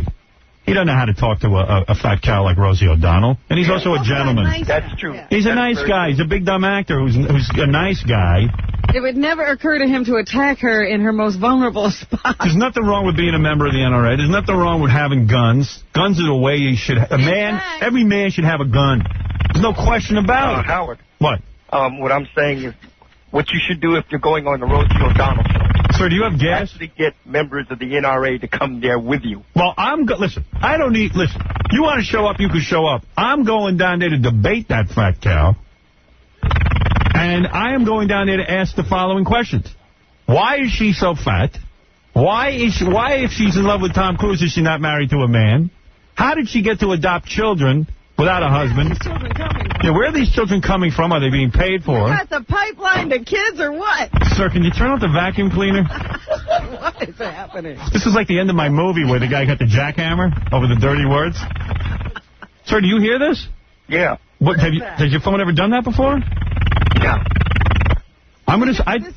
I'd send down the engineering department, but they blame it on me. I think it's the way I operate the equipment. Also, Howard. yes. I'm going to ask her the following. I have a friend of mine that has who lives next door to her. He says she's a real bitch. Yeah, oh, she is a real bitch. And then I'm going to ask her why she's such a bitch to a guy who just walks over to her at the pool, embarrassed him in front of everybody. He just said, Rosie, I just want to tell you how much I love your show. And she growled at him as if he was an idiot. She's insane. Yeah, and then I want members of her staff to step forward and tell the horror stories of working for her. Well, you can't have them do that. Oh, I can, too. Because then they'll lose their job. I'll hire every one of them. And let me tell you, commercials, right? And then I'm going to ask her about the Kmart commercial. If you're so anti-gun, how do you support? You know what? We need a little bit more information. We ought to just go to Kmart and buy some guns. Can somebody do that for us right now? All you got to do is have a buyer's permit. I got a buyer's permit. Yeah, that's all you need. I'm a gun dealer. And what can you get there? I believe in fact, I'm arming this entire show. What was that, sir? You can get mostly anything you want. Can you get assault weapons? Well, you can't get assault weapons because they don't sell them in there, but there's shotguns and all automatic weapons, yeah. Automatic? There are automatic. All right. Yes, they are. Thank you. That is interesting. And I enjoy your show, and I've been listening to your show for 20 years. Do you have any guns? Yes, I do. Can you shoot your phone right now? No, I wouldn't. This is a business phone. I have a Harley shop here in Patterson. You will not shoot it? No, I can't. All right. How come the phones in auto shops never... What? This is a motorcycle shop. This is a Harley shop. How come? I bet you the government is wiretapping you. Probably. Because you're a gun owner. This is a real man. He's got Harleys, guns. Harley guy, a gun guy. You are totally prepared, aren't you? Yes, I am. Are you a white man? I know you are. No, I'm not. Yes, you are. I'm Native American. Yeah, that's even better. That's about as white as you can get. And hello, Robin. Good morning. Hello. You are a real American, sir. Yes, sir. Let me tell you, this guy has every right. Last time this guy had a bow and arrow, his people, That's right. they got wiped out. Guns. Look what happened. Mm. He's a perfect argument. So noisy in here. All right, dude, I'm going over there. I hope you join me. Give him hell, Howard. Thank you, brother. And tell her for me that I said she's a real a-hole. Right. Thank you. F. Jackie. Bye-bye. But have you ever noticed you go to a car shop, the phone is all taped up? Phones aren't that expensive. It makes you lose confidence in the car shop. Really? I don't know what that is. Sometimes they have rotary phones. They just start... So what I'll do is, I guess they tape over at NBC. And that is less noisy over there. I hope so too. But that too. I love that. Tell you, the world's gone nuts. You know, I'm reading the newspaper. I can't even figure out what's going on with Tom Cruise and Nicole Kidman. I can't even figure this out. There's a whole big thing in the newspaper about they got this new movie coming out. All I keep hearing about is this new movie. Eyes Wide Shut. Eyes Wide Shut. Now they have to hype that movie until it comes out. Right. What's that article? And do you understand the article?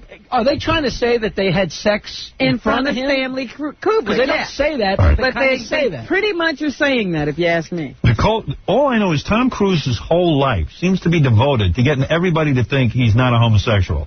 Right, that he actually... And that he's a great lover. His wife. Yeah, and that he sleeps with his wife. Now, I personally don't care.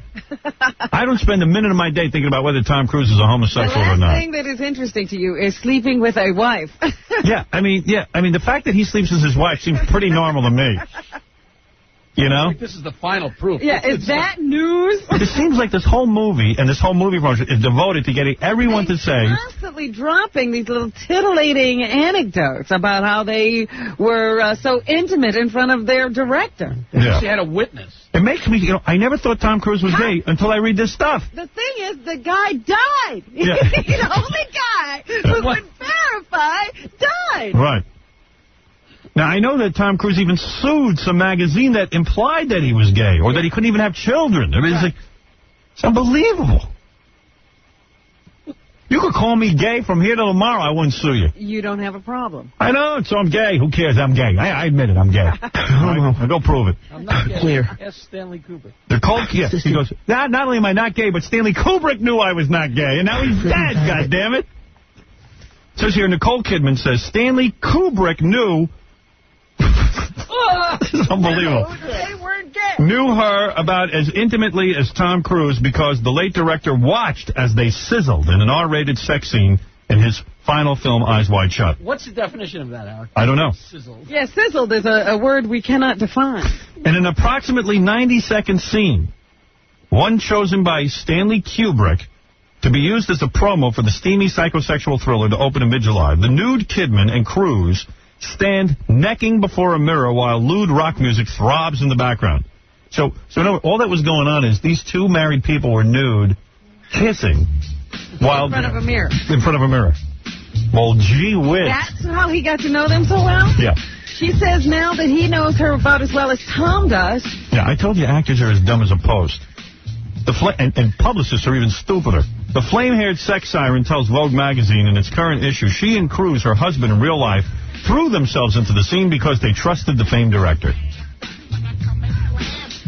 Kubrick, who died March 7th, was the only one allowed in the room. Now, was he shooting the camera at the time? No, it sounds like the camera must have been behind a wall. Listen to this. It was just him and the two of us in the room. So do you understand that they're going to show this film to millions of people, but they only would get in a room with Kubrick? Exactly. What's the difference? Put 50 people in the room. Get everybody out of here. Get everyone out of here for something millions of people are going to say. Right. The whole thing is wacky, and I don't even understand why this article's in the paper other to say that, look, we are able to have sex. Look, I will say it again. Could they just put a bed in Times Square and do it in front of everybody? It was just him and the two of us in the room, so you were able to become aroused or feel whatever you felt, the 31-year-old Australian-born beauty says. And I suspect, as long as there's only one other person you can feel? Yeah. It was a very intense experience making the movie. Nobody else in the world knows us the way Stanley did and was privy to our relationship in that way. And that's sad, you know? What? She doesn't even realize what she said, that by watching them make out for 90 seconds, he now knows her as well as Tom. Right, that's what I'm saying. What does that tell you? Stupid. Exactly. Kidman said Kubrick called the scene a teaser, and he was right. What is he? And you got to wonder what he's up to that he wants to be in there that close. He's a 7-year-old geezer looking to look at young people making love. Yeah. They didn't even make love. They kissed naked in front of him. Yeah, I thought this was some really hot, steamy scene. They sizzled. She admitted she did as many 70 takes of the scene because Stanley Kubrick loves to shoot and reshoot. And over and over and over. Yeah. I don't even know what the point of this article is, other than to say that the two of them kissed and were nude. There is no point. Yeah, I think they're trying to present this sexuality or something. I don't know what it is. And quite frankly... You know what? You're probably going to see this film and it's going to leave you cold. Look at the size of the picture of them kissing. Yeah, big deal.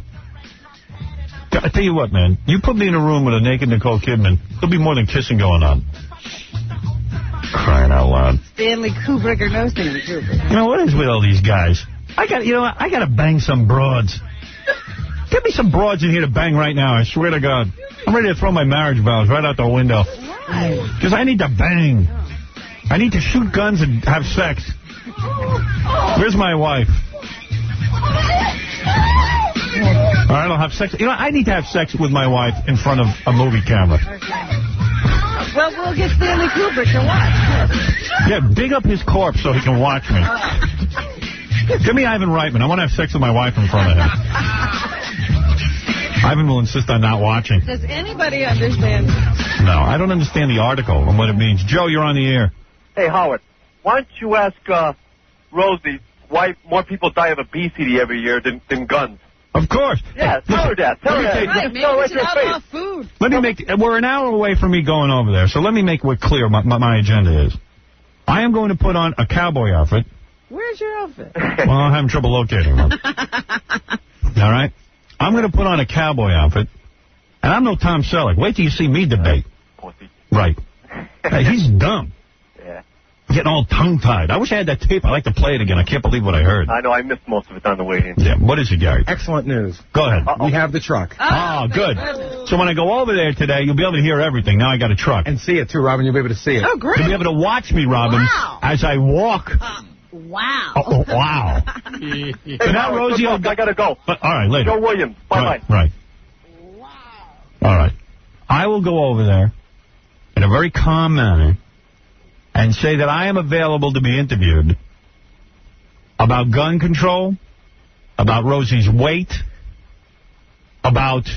Oh, so you're not going to ambush her. You're going to be right up front. I'm going to be honest what I'm going to say. I'm going to give her the benefit of the doubt. She can start preparing right now. And I will also talk about Kmart with her. So she can now describe to me how she figures Tom Selleck is a bad guy because he's in the NRA, but she's a good guy because she sells guns. Guns, food. Yeah. Adoption. And she can ask me whatever she wants. Penis-size questions, anything. She could have started preparing a year ago, and she's not going to be ready for you. No.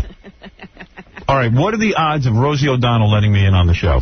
Be honest. Slim to none. Slim to none, but there isn't a chance I could be asked in. 30%. 30%? I say 30%. I say 15 to 20. You know, I never thought Fred was nuts before he said that. If she was... All right, I'll go around the room. Robin, what is the percentage? I say, like, 1%. Gary? 15 to 20%. Fred? I said 30. Yeah, I Jackie? think like 1 in 10. I got a question. John? 0. Howard, I got a question. John is correct. 0. Of course. I'm giving 1 because you might stumble into the studio. I might fall in. Howard, if you're sitting around, you're sitting around with, like, I don't know how many staff members, 8 or 12 staff members, would anybody have the balls to say, I think it's a good idea? No. That makes it 0. Then. But you will see that she is a phony. She will not debate anyone. She will not even dare come against me because I will obliterate her. Jack, you know why the answer to that is no? Because Magic Johnson's staff was afraid to say something to him, and he was so nice to them. He never yelled at anyone. If you disagree with Rosie, she'll cut your head off. And I'm going to talk about all that, about how she cuts people's heads off in public, and how angry she is, and how many issues she has, and how she should be locked up in a mental institution. She doesn't even need a gun to save people. Albert, you're on the air. Yeah. I think it's a lot more. Howard. I think, by the way, it's a lot more humane to shoot somebody than to humiliate them. So true. All right, go ahead, Albert. Hey, Al, I love you guys. You know, the other day I bought 2 guns at Kmart, Midtown. Yeah? I just ordered. What did you get? What did you get? It took me 72 hours to get the permit, the buyer's permit, and then I bought it. I wasted like $700, and then you know what I did? I sent the fax to Rosie's production, and to tease her, you know. What kind of guns did you buy? I bought a Glock and a 38, a 45 and a 38. Did you just buy a Glock at Kmart? Yeah, that's not a hunting gun. You just order it, and they make it to you. Anything. Give them the order, and they ship it to you. Nice. They ship it to you. They don't even know who you are. What? No, you got a permit, and then you go to... And by the way, let it not be missed on my audience. Listen to this guy's accent. Right. I'm not even sure he's an American. Are you an American? No, I'm not. Where are you from? I'm from Brazil. Yeah, this is a Brazilian over here at Kmart. Exactly. He shouldn't be allowed in the country, and he's buying guns. This is Saddam Hussein. Go to the precinct and get a good conduct certificate. Right. And you're off. You know, you're off the hook. You know, I'm surprised Rosie. I'm surprised Rosie herself didn't bring you the gun. But they never saw you. You sent all this in by mail. No, he went down there.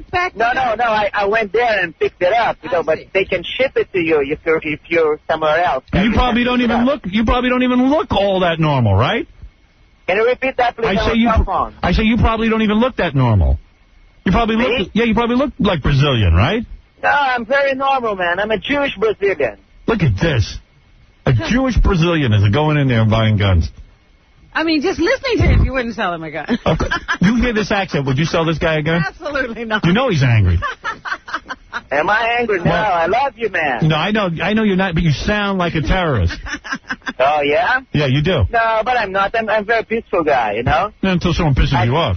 I just got my guns, you know, because I'm living now in a very strange area, so I got to protect my family. Very good. Yes, thank you, Albert. All right, thank you guys. That's Jackie. Right. Well, there it is, ladies and gentlemen. There it is. Now you know.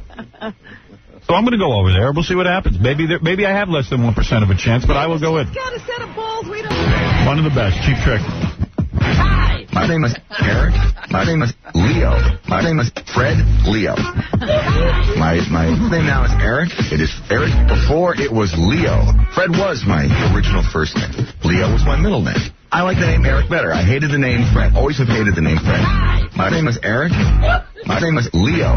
My name is Fred Leo. What does my wife call me? She calls me Fred. But Fred makes no sense because his name is Eric Norris. Eric Norris. Everybody loves him. It's Eric Leo Norris. It's Fred Eric Leo Norris. I don't know what it is. I don't know what it is. It's very, very confusing. Yeah, Paul, you're on the air. Hi, Howard. Yeah. Have you killed off the Leo part? Oh, that is totally jettisoned. Hey, here's another problem with our phones. No, this is a different guy. Paul? Howard. Yeah. I was just going to tell you, the problem is your phone system. It is our phone system. I was on hold and terrible. It must be the way I operate the phones. What is it? It's your fault. It is. Listen to it. It's your fault. It's the way I operate the phones. That's our main hotline, Howard. Wow. So now I'm worried that if you got to call us from NBC, that's what we're going to hear. You'll get in, and this is what we'll do. But it's my fault. Everything is my fault. It's the way I operate the equipment. Yeah, look at Star Wars. No, it's Star Wars. I took my son there the other day. I don't have time to fix this. What can I do for you? You wanted to know about Mary McCormick on Conan? Yes. Yeah, my movie wife was on Conan O'Brien. How'd you do? Well, typical Mary. She was nervous. You want a complete rundown of everything? Why, you got the tape? No. I just have a list of everything she talked about. All right, give me the list. Okay, she mentioned you. Right. She talked about that she was in Private Parts and now she's appearing in some live cabaret show. Yeah. And she was like, oh, I don't know what to tell my parents now, blah, blah, blah, blah. And she paneled with the gay guy from Kids in the Hall. Yeah. And... Big panel on that show? Well, she was the second guest out. Oh, I see. And they showed a hot picture of her from Cabaret in her costume. Yeah. And she was talking about now she's playing ice hockey in Los Angeles. Women's ice hockey. All right, so she did good. Yeah, and she said she likes scars on men. Yeah. And... was it? Oh. Well, do you want to know what she was wearing? She was wearing a black dress, and she was, she looked good. She had short blonde hair. She looked really good. Conan flirting? Yes, very. Yeah. She was very nervous. You know, it's typical when she goes on talk shows. She was very nervous. All right. Okay. Nervous can be cute. She cut her hair? You're very short blonde hair. Yeah, for that part in Cabaret. Got to cut your hair for that. No wig action. No. Listen to these phones. Well... F. Tom. Yeah, well, they'll blame me for this. I don't blame you. I always get blamed.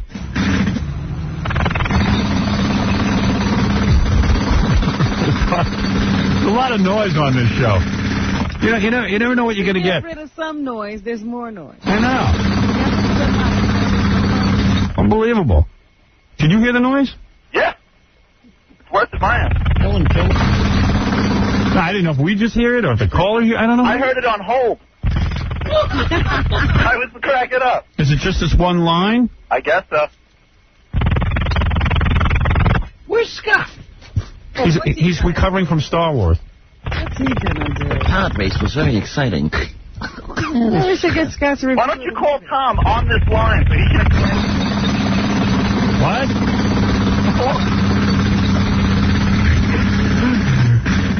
Tom doesn't care. Tom just wants to make money with the show. He's making that funny. We should leave it in. Yeah, it's funny. You want to get Tom's reaction? How leave that phone line open while you're playing spots? Yeah, I'll leave this. That's what I'm going to do. Sir, can you stay on the line while I play the commercials? No problem. So that this noise can obliterate the sound of the commercials? No problem. Funny. That was really inappropriate. Funny. I now have to do make goods. Yeah, telephone. We lost $3 million in one day thanks to your little bit. Your shenanigans are costing us a fortune. I went and got you a truck so you could go visit the Rosie O'Donnell show. I'm a good person. Now here's Scott. Scott, what is the problem on my line? Evidently... Hold on, wait a second. Evidently there's a problem. Evidently. I'm going to understate the obvious. I learned that in Star Wars yesterday. Did you take your son? Yeah. You got in? Of course I got in. I had tickets. Oh, you did? Yeah. You mobbed? Oh, yeah. You know what we were going to do? All over. We were going to, send, 10 girls in to, start, asking Scott for autographs every once in a while. And, he would have been all impressed with himself. Enough time. If I sign one, that means I have to sign them all. I have a rule about this. I do not sign autographs. Even sick children. What's that? You have a brain tumor? I'm sorry. I told Scott's son that his dad was a great guy.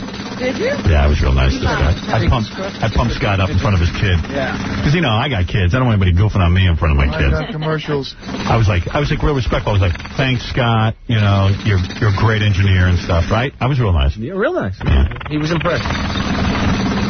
What'd you think of the movie? I thought it was good. Overall, it was good. I liked it. Overall. Then that means there was some stuff you didn't like. Well, yeah, I mean, the characters are a little weak. It wasn't the best Star Wars one. It was like third on the list. You know. You thought Jedi was, Return of the Jedi was... Worse than that. You do? Yeah. I don't. What? It was funny. I went into Scott's studio, and then in front of his son, Scott started to berate me. Oh. I guess to make him seem like he's important? Yeah. What did he berate you Instead of on? going, don't talk to him, he's an idiot, and all that stuff. So let him do it. No, I know. It's in front of the kid. When you have your kid in, you can yell at Scott. I would never bring my kid in. Smart.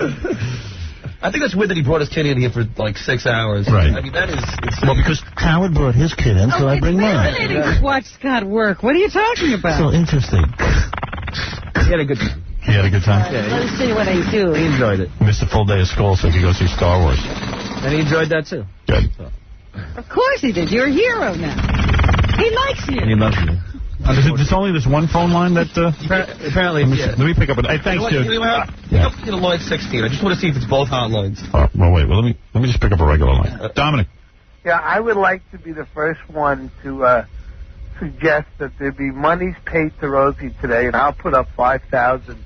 If she lets you on the air, we'll put it towards the people who were killed in the shooting out Midwest, so that people can call in and add up a sum of money. So when you go there, you'll have a sum that if she's going to debate you or let you on the air. Dominic, what do you want, acid? All right, thank you. You must be on sugar high. I have a thought. If Rosie O'Donnell... I love the serious one. Yeah, the serious. Yeah, serious. Yeah, it's like...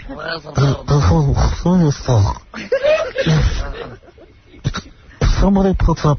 I will put up... He's always putting up money. Yeah. He just wants to unload money. I will put up $5,000. For the equivalent of 3 breakfasts.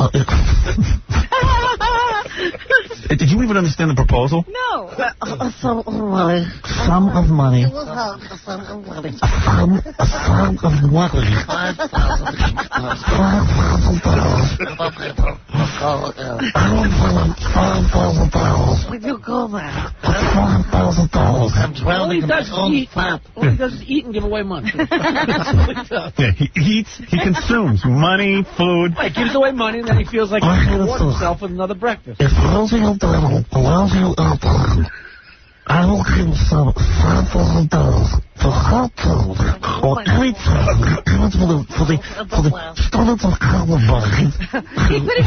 People, you know, out to the West. The people in the West. Other people think I sound like Jar Jar Binks. Yeah, he sounds like Jar Jar Binks. Oh, Jar Jar Binks. I'm the father of also. I will put up a sum of $5,000. Anyone who is the people of the West.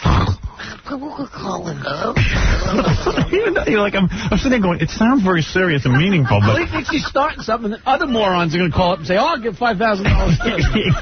Yeah. He's going to embarrass Rosie O'Donnell, open the door to me. Oh, man.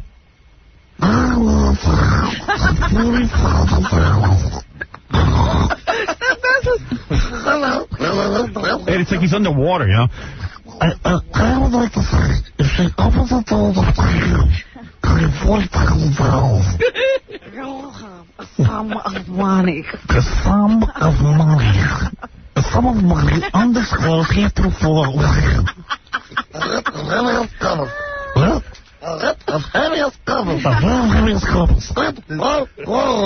Did your son like Star Wars? Yeah, he really liked it a lot. He liked it a lot. Yeah. So you got right down to his level. That was That was the first time, I mean, for him in a big theater like that with, great sound and an opening day and a huge crowd. Yes, it's very It was the first time for what?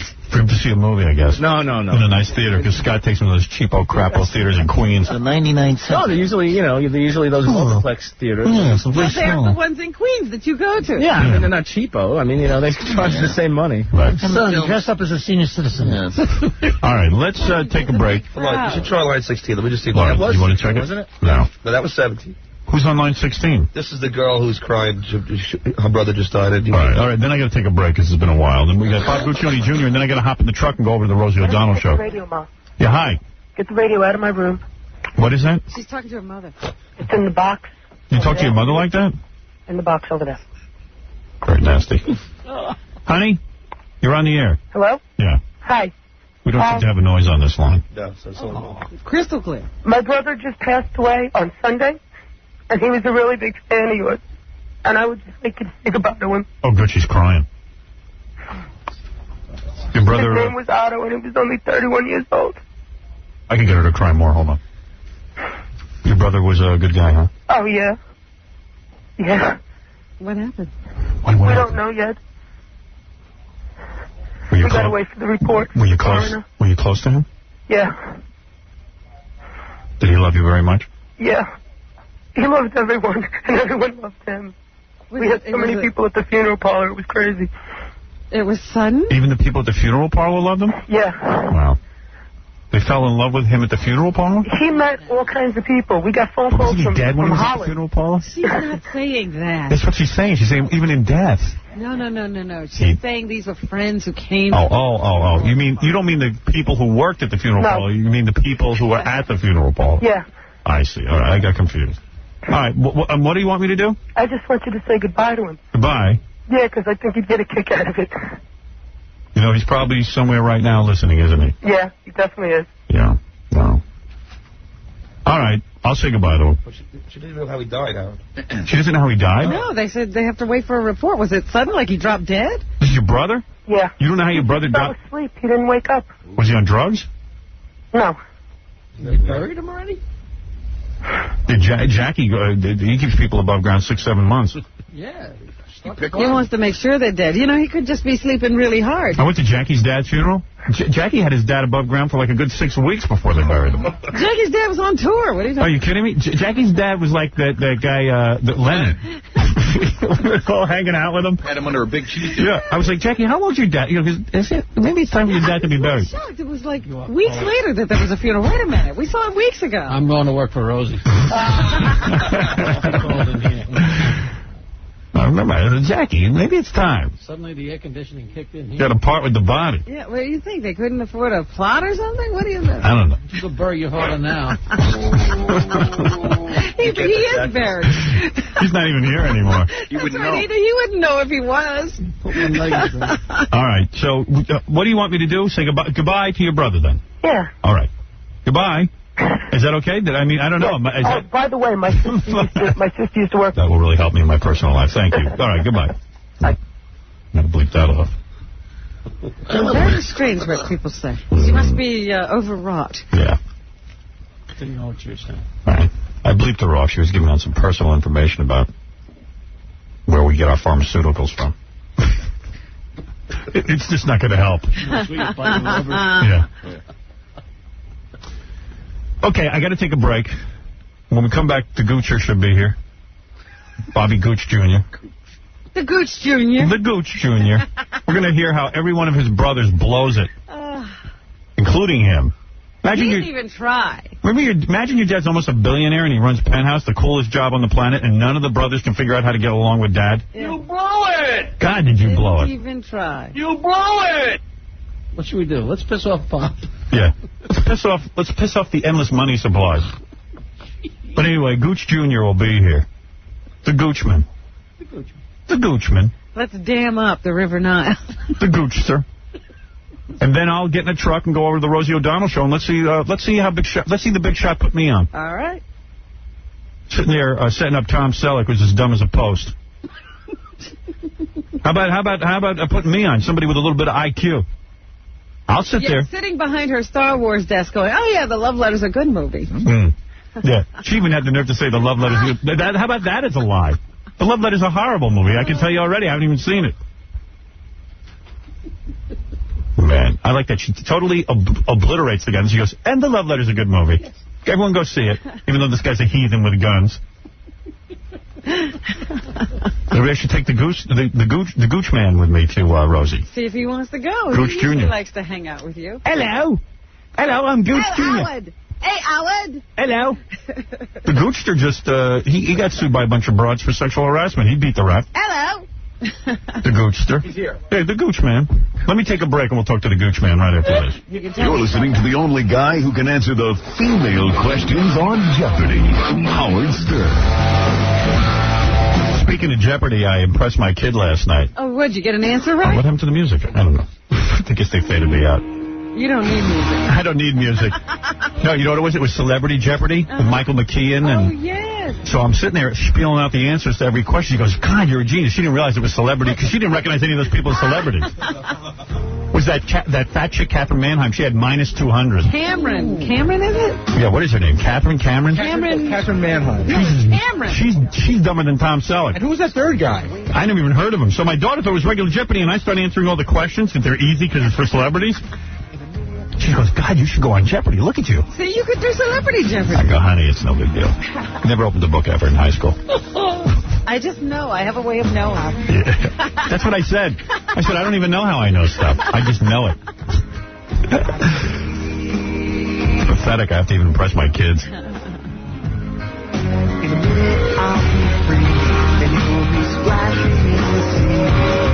Howard Stern Show. You're listening to the same thing the guy in the car next to you is listening to. The Howard Stern Show.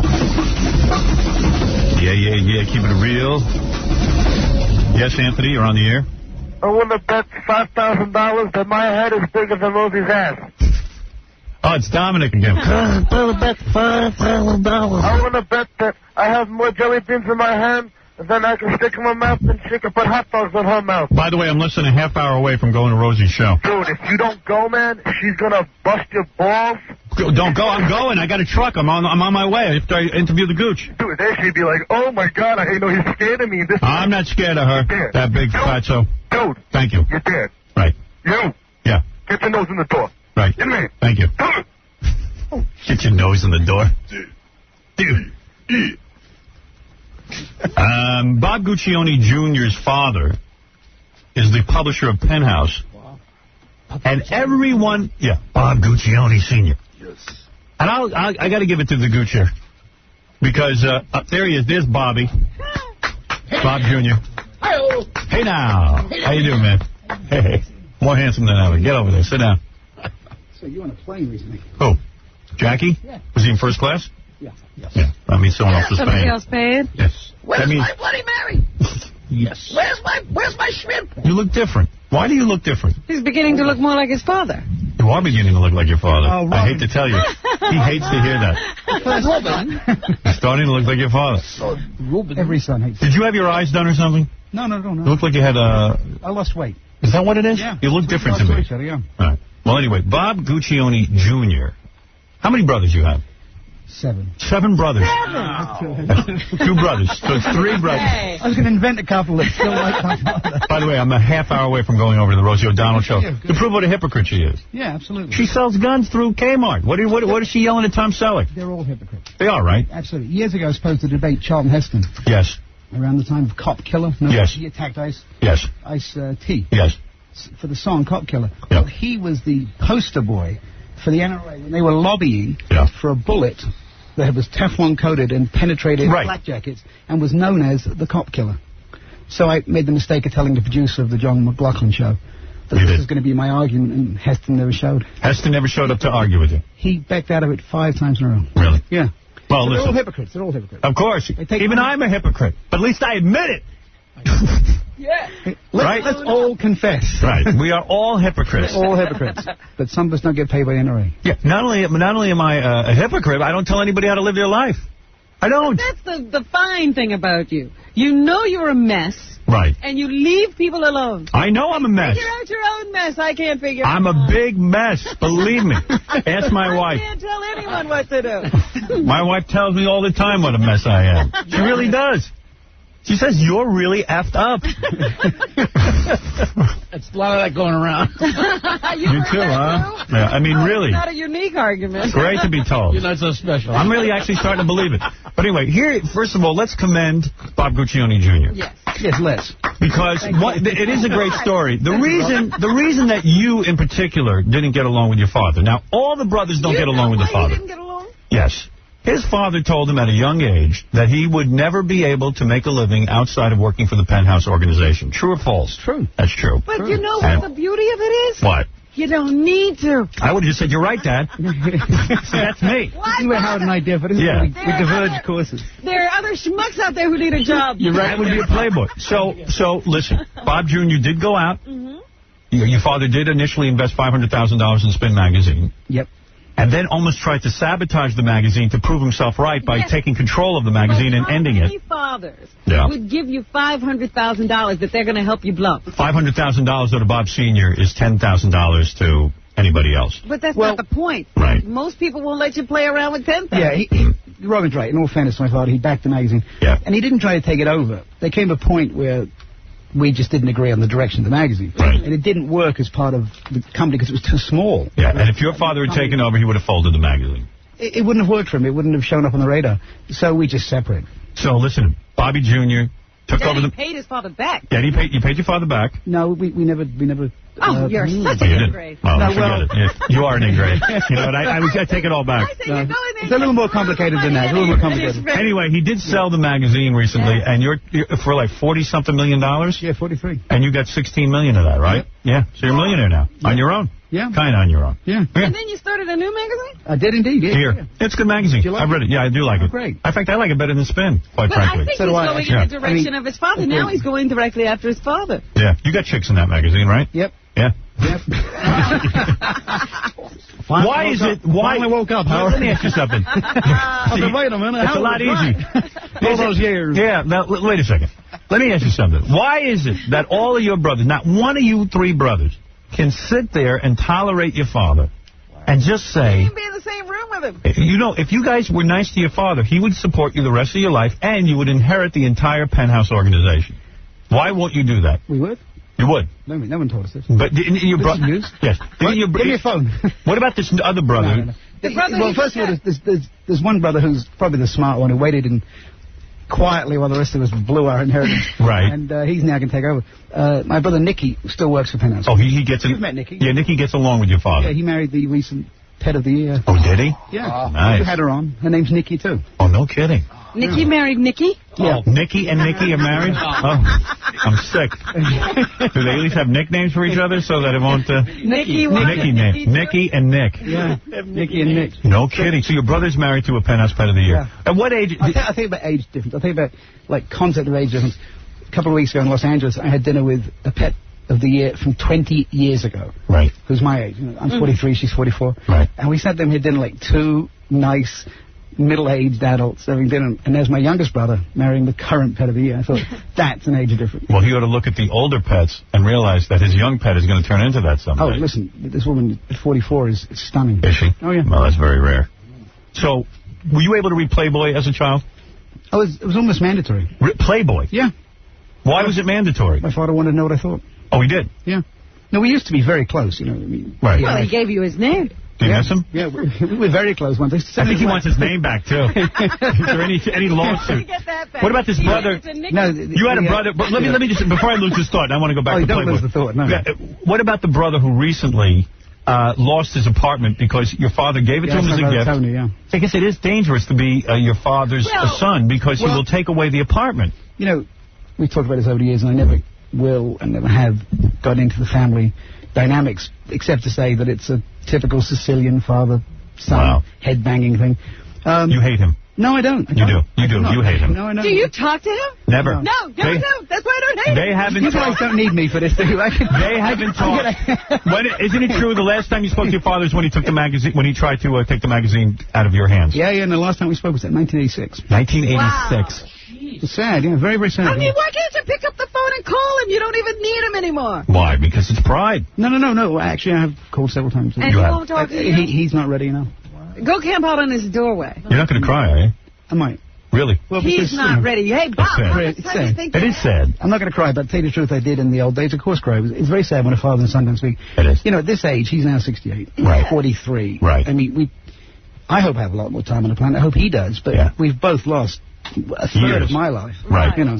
I mean, and how much no, time I can't does he count. think? Hang on. You know, I spoke to your father recently, and I said to him, I want to be your son, I want Check out all the others. Check out the other ones. I will be a better son to you in your old age than those ingrades that you have. Yeah. And I will inherit your empire and run it. And he'll love you. And I'm a great pornographer. I sent him a letter saying you had, in fact, agitated both of my brothers and I to get away from my father so that you could, in fact, step into the breach. I'm the one who started it all. No, I know. Your father doesn't even... We fell for Exactly it. what is everyone so pissed off about? If you can just figure it out. You've been in therapy, I'm sure. No, but that's probably part of the problem. I probably should start today. Right. Maybe when you go to Rosie O'Donnell, I'll just go to the Yellow Pages, find a therapist. You know. Yes, so this is like therapy. All right, but let me understand. But you don't come here very often. Right, No. you come here once every blue moon. So wait a second. You're telling me that none of the brothers, except for your older brother, can figure out how to stay close to your father. And in fact, your older brother probably will inherit the mother load, which is almost, I don't even know what your father's fortune is, but it's huge. Well, that's interesting that Nicky is the oldest brother. No, he's the youngest. Yeah, the youngest. I thought. Oh, I see. No, I'm the oldest. That you were confusing me because I didn't know. I didn't realize. That could have happened. I apologize. I'm not completely well-versed in the whole family. Please don't confuse any of us. That's amazing. But it really is your father's problem, though, right? It's not unconditional love with him. Well, wait a minute. Now, the last Tony... This is therapy. Tony, Right. he accused of trying to steal money from him. Right. Now, that's a good one. Well, he lost his apartment. He kicked him out, took his job, and then kicked him out Tony of the didn't apartment. steal any money. You know? Are you close to Tony? Yeah. I imagine you two must have some close bond. You must badmouth the old man all the time. No, we don't. We really don't. Really? Absolutely not. But you talked to Nicky? Yeah, oh, absolutely, sure. So now you're on your own. Mm-hmm. You're making your own bread. Mm-hmm. Did you put up your own money for Gear Magazine? I did, yeah. How much money did you put up? Over $4 million to date. Really? Yeah. But I really believe it's a great magazine. He's going to go right through the $16 million and Yeah. wind up begging his father for money. No, coming here looking for a job. I'm really concerned.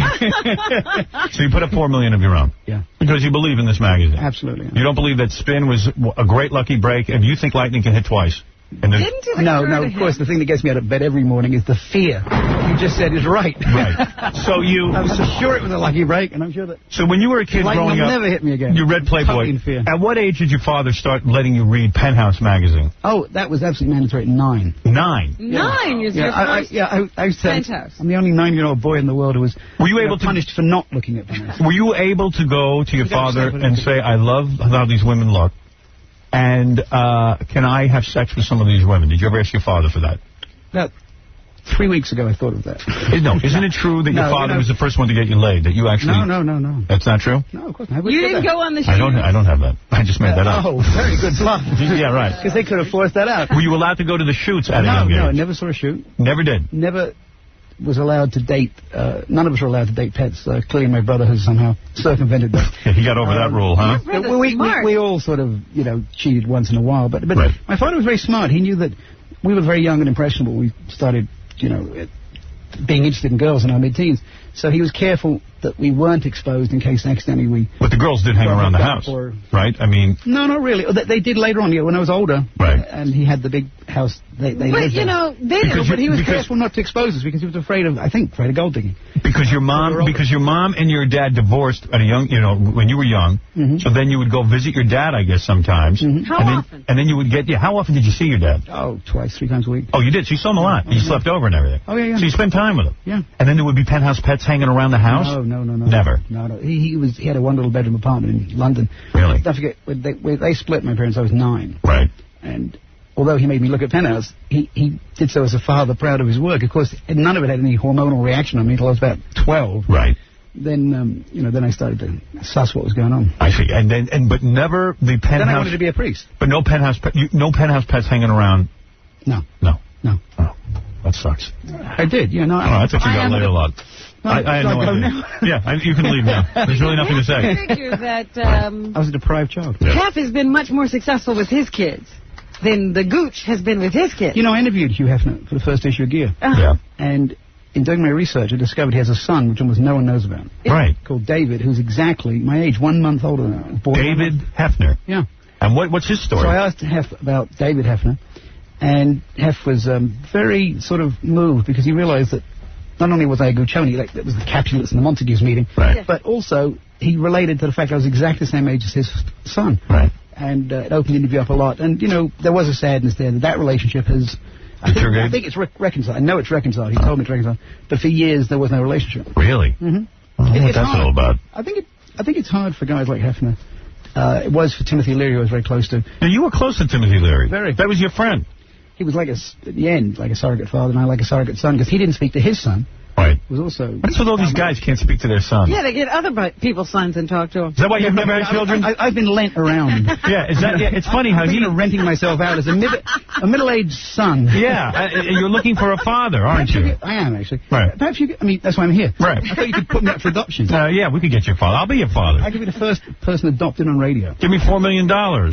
So so you're telling me you were friends with Timothy. You're also friends with John Cougar Mellencamp, is that right? Right, yeah. What do? You hang out at his house? Well, I have done, yes. You have? Yeah, it's Bloomington, Indiana. Right, so you don't go there a lot. Not a lot. But he's a close friend of yours. Oh, yeah, very. And Timothy Leary was a close friend. Weren't you, in fact, there when he died? Yeah, I was with him. In fact, I was actually the last person he ever spoke to. No kidding? Yeah, when I came into the room, he was, surrounded by all his friends and, I like to call us the acolytes. And he was gone, basically. He hadn't spoken for hours. And everybody said, keep quiet, don't wake him. We want him to go. We're wishing him to leave. He was very, very, very ill at that point and very weak and couldn't process food for days. So he was going, and I walked in, very tiptoed around quietly, and he looked up and he saw me and beamed and went, yeah, yeah, yeah. And he came over and I came over to him. Yeah. He took my hand in a very, very strong grip. Surprised myself for a man who must have weighed 70 pounds at that point. Right. And he said, yeah, yeah, yeah, yeah, yeah. And I was so happy. We laughed. He woke up. And then he died. And he died, but a few hours later, but he never spoke again. Never opened his eyes again. So his last words were, yeah, yeah, yeah, Beatles song. Yeah, exactly. Exactly. Yeah. But he recognized you. Yeah, which was... So you killed him. Oh. If you had him on... It took all of his effort. All right, he would still be here. So you continue... Guilt trip. All right. So you decided... Wait, I am going to therapy now. Right. So you decided to start Gear Magazine because you're going to do it again. You're going to go out there and make a great magazine. And the philosophy is what? It's not nude women in gear, is it? No. Bikini women? Yeah, it's dressed women. It's sexy women.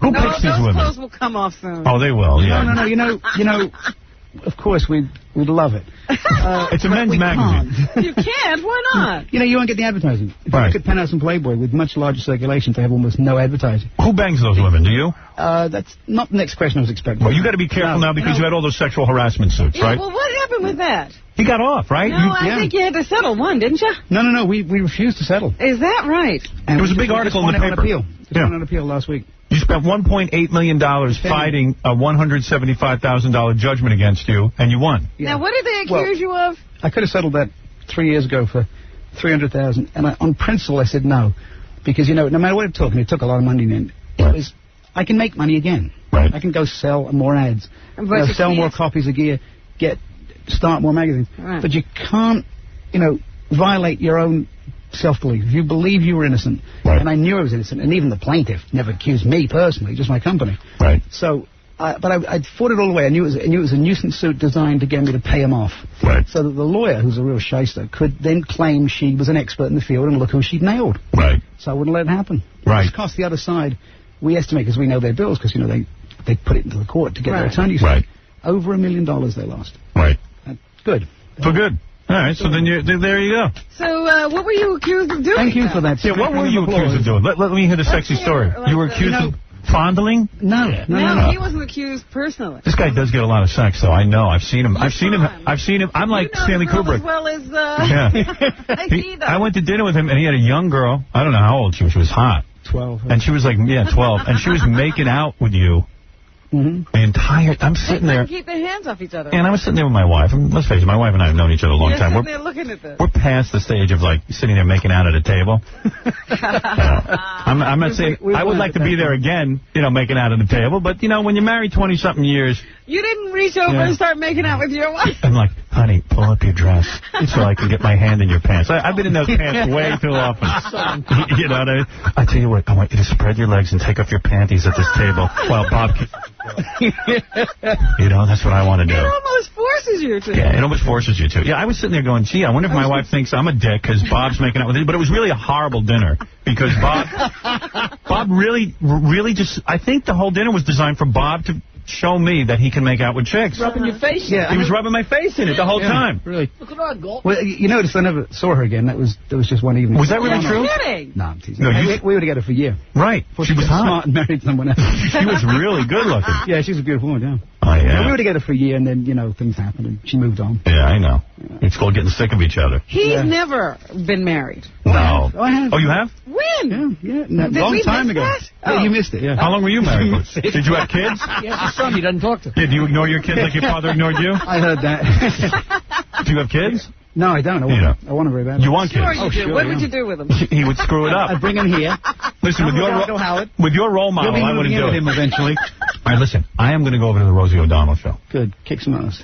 I'm going to go over there and we'll say, hey, you want to interview somebody about let's debate guns? I'll talk guns. Let's talk about how you were at Kmart's show. Mm-hmm. And what do you think of that? Yeah. What are the odds of her letting me on the show? 1 in a million. 1 in a million. Yeah. And yet I could get on. I hope. Oh, why the hell am I going over there? It's like that line in Dumb and Dumber when Jim Carrey is told by the girl his odds are 1 in a million. He goes, yes! There's a chance. I got a chance. No, I'm going over there to make a statement. I'm going to show you what a coward she is.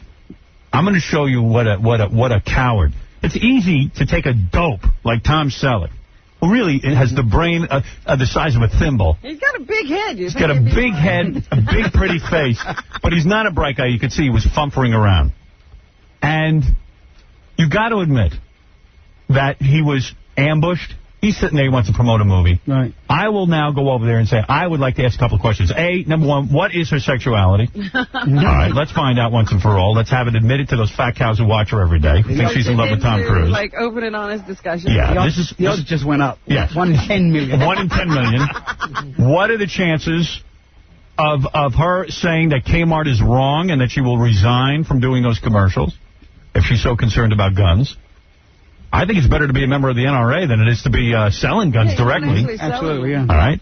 I will ask her about what she ate for breakfast. And I will ask her why she's so rude to the people she works with if she's the queen of nice. And why is she so rude to people at the pool at the Four Seasons Hotel, which I was witness to. Uh-huh. Intrepid journalism. Excellent. So he has some questions. I will ask her. Inquiring minds want to know. I will ask her who she dates. 1 in 100 million now. 1 in 100 million? Yes. Why hasn't Rosie found love? Right. After all these years, a woman who loves humanity so much, why has she not found love? I'm looking for the right man. I want Tom Cruise. Though we never hear about a date. Right. Is she not dating? Right. Yeah, this is warming up. Is Robin going with you? Robin's going to watch me. Excellent. And we're going to have a video camera on me. There you go. And I got a truck. I got the CBS truck I'm going over. I was thinking about, I was like, the last time he did something like this was when we were in London. Go ahead. And it was this whole big radio thing, and Scott Muni. That's right. Was over there. And he went to confront Scott Muni. Yeah. And I only could hear the whole thing. And Howard was really bold and brave, and he challenged Scott Muni and yelled him down. And I was like, yes, Howard, yes. And he came back. And I just found out. I mean, it sounded wonderful. It sounded like Howard really stood his ground and, you know, I made did. a point. And then a couple of weeks ago, he informed me that he was running the whole time he was here. Well, the guy was chasing me. He was an ex-Marine. He was going to kick my ass. And I never knew that. I was yeah. proud of him. Yeah, you need to watch me. That's the magic of radio. Yes, it is. I seem like I stood my ground. Looking for an exit. Listen, I don't get my ass kicked, especially by a guy 20 years older than me. I look like a real fool. Bob, I wish you luck with your new magazine, Gear. I have read it. It's actually really good. Thanks, appreciate it. Gear magazine. Yeah, it's good. It's a good magazine. I like it a lot. Yeah, we're having fun with it. Yeah, it's men's magazine. Got some good interviews. They got some good stuff in there. And it's hard because there's so many goddamn magazines. Today, it's incredible. Yeah, I don't know how you do We're it. getting rid of that Publishers House Weekly and stuff like that, where you could work on your circulation. Right. Yeah, thanks for depressing me. Yeah, we could fool old people into buying. 5 to 9 in the morning. You could fool old people into buying magazines on some sweepstakes. Anybody scam. have a Kmart gun? I feel like, you know, why go to work? Well, no Publishers Clearinghouse. You know, I don't understand. Just because old people can't figure out that they didn't really win $1 million, Well, see, you know what the problem was? why do we have to give it up? No. The whole problem was that they all started showing up in Florida. Right. Looking for their winnings. Right. And the state of Florida then got pissed off. Oh, And please. that's what blew it for everybody. Senile old bastards. Will you make up? You've written your father. What do you write in those letters to your father, by the way? Dear Daddy, I love you. I need you. I want you. That's private. That's private. It is private. Will you share those letters with Dear us? Daddy, I love you, I want you, I need you. Why don't you publish those letters in Gear magazine? Sounds like a song. Do you apologize to your father? No. Well, I've apologized for any hurt I've caused him. Absolutely, sure. Right. Yeah, and I mean that sincerely. Should I call him right now? Would you like a reunion with him on the phone? I don't think you can quite do it that way, but... No, very public. It has to happen. It has to happen in its own time, you know. Listen, I love him. He loves me. We may not be able to talk, but I feel that. And yeah, can't you just sit in a room together and not talk to each other? I think we will. I mean, you know. I mean, no holidays. What do you do on holidays? This proves that the cultural blood runs. Yes. This is so Italian. You know, I'm third or fourth generation. I don't even know what Are you like what dead to generation him? I am. Yeah, he is dead to me. You should publish those letters in Gear magazine. I would like to read them every month. A letter to my father. Okay, Dr. Howard. I don't know. I would buy the magazine immediately. Exactly. Send your letter. I think I need another session. Put an open letter. Send your letter. Why don't you send it to the Penthouse Forum? Let me ask you a question, okay? Because you would know. Penthouse Forum is fake, right? No, it's real. You really say that? Yeah. No, but when I was there, I used to see the letters. You should see the ones they don't print. Do you think that the people are making them up? The letters are real. I think the people make them up. Absolutely. Right, okay. All right. Cool. But I don't know. I mean, God forbid some of them aren't. Right. All right, listen. The letters I get. I bet. Seriously, we have a file called Nutcases. Who are you dating now? Very thick file. Oh, that's where you get your dates? Are you really looking for a wife? Because we can put the word out. Yeah, listen, first get me adopted, because I need parents. I have a lovely mother. I'll bring her with me. Who are you dating now? I'm not dating anybody. I don't believe that. No, it's a sad story. Really? And did you know the woman who died that the Gooch had been with all those years? The Gooch Master Jr. or the Gooch Master Sr.? What woman? Yeah, there was some woman he lived with. Kathy Keaton? Yeah, Kathy Keaton. You knew her? Of course, yeah, my father's wife. Right, yes, that woman. The woman that died, you know, I was like, well, she did die. Yes, she did. Sadly, she's gone. Yeah, I knew her very well. Did you go to the funeral? No. Good Lord. I was asked not to go, so I didn't go. Oh, really? You were told not to go? Yeah. You were not invited. Who asked you, your father? It came through the company. Just wow. Yeah. So, it was his moment of grief. I didn't want to compound it. So you guys must be nuts together. That he doesn't even want you at the funeral. He can't even see his way clear to let you do that. What have you said to? What is the worst thing you've ever said to your father? What's going on? Yeah, I mean, something's going on. I can't remember. Have you yelled at him? Oh, sure. Oh, you two have had real knockdown, drag-out? Absolutely. Never physical. Never beat up the old man? No. Hey, way to go. I don't hit my father. I don't hit him. All right, so anyway. Bob Guccione Jr.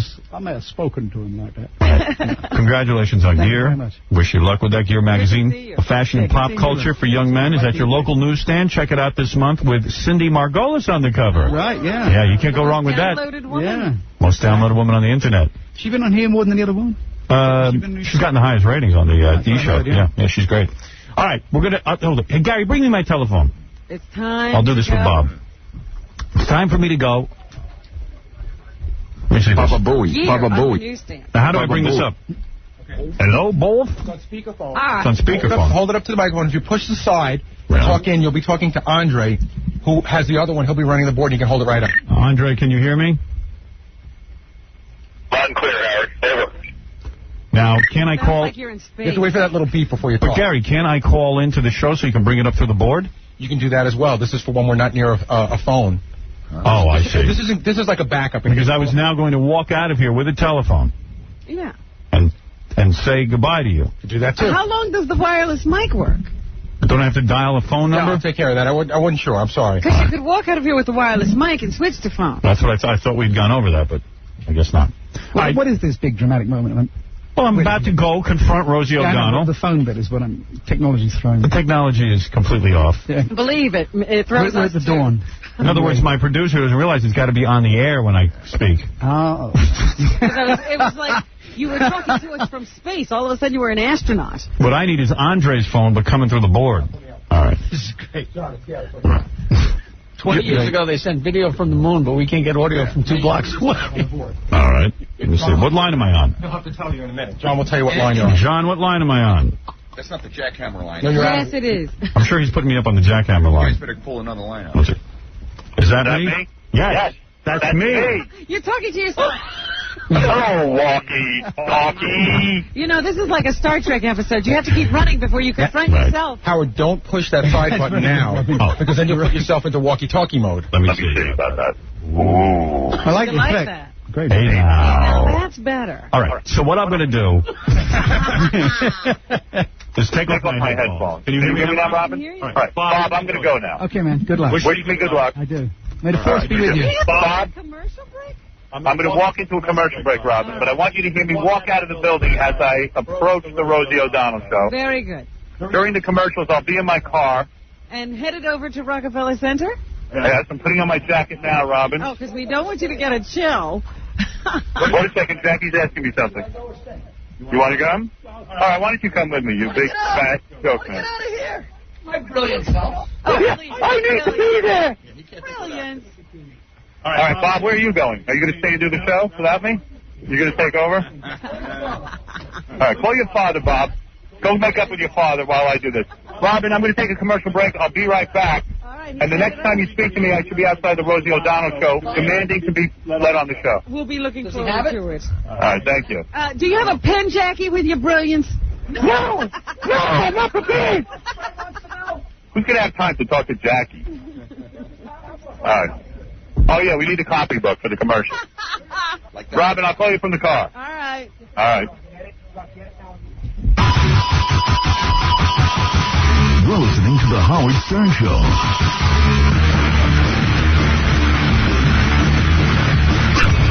You're listening to The Howard Stern Show. All right, so anyway, we're back. Now, let me tell you what's going on. So we just drove over. I'm outside the NBC studios where Rosie O'Donnell tapes her show. Yeah.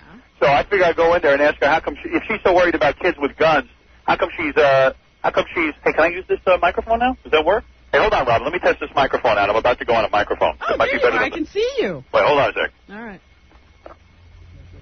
Let me see. You can hear me? Yes, I can. Oh, this is cool. I got an earpiece and everything. Oh, great. All right. Yeah, well, I see Ronnie. I don't see you. Do you see all the camera crews out there? No, they're pointed toward the car. Oh, my goodness. Yeah, look what's doing out there. Well, how are you supposed to get in? Hey, what do I do with this? Just leave it like that?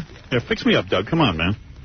Be my groomer. All right, so listen to this. So we drive over, and you just pulled the earpiece out of my ear. Oh, boy. Give me the goddamn earpiece. What's the matter with you? You're fired, by the way. Obviously, Doug doesn't work for Dan Rather. It never happens to him when he goes out. The good thing he doesn't work for Rosie O'Donnell. She would have just fired him. Anyway, so here's the deal. Hey, give me that thing, will you? Pretty stupid. All right. It's very difficult. I got the mic. So what do you think will happen if you step outside the car? I'm going to step outside the car, and then probably some reporters are going to ask me questions. And then I'm going to say, I'm going to go in and try and get on the Rosie O'Donnell show because I want to ask the question why Rosie shows for Kmart if she's so worried about kids and guns. And then I'll look like a real hero. And then I'll go up there, and they'll probably throw me out of the building, but there might be a 1 in a billion chance they'll let me on the show. It is a public building. I don't think they can stop you from walking into the building. Oh, believe me, they'll stop me. Public schmubbling.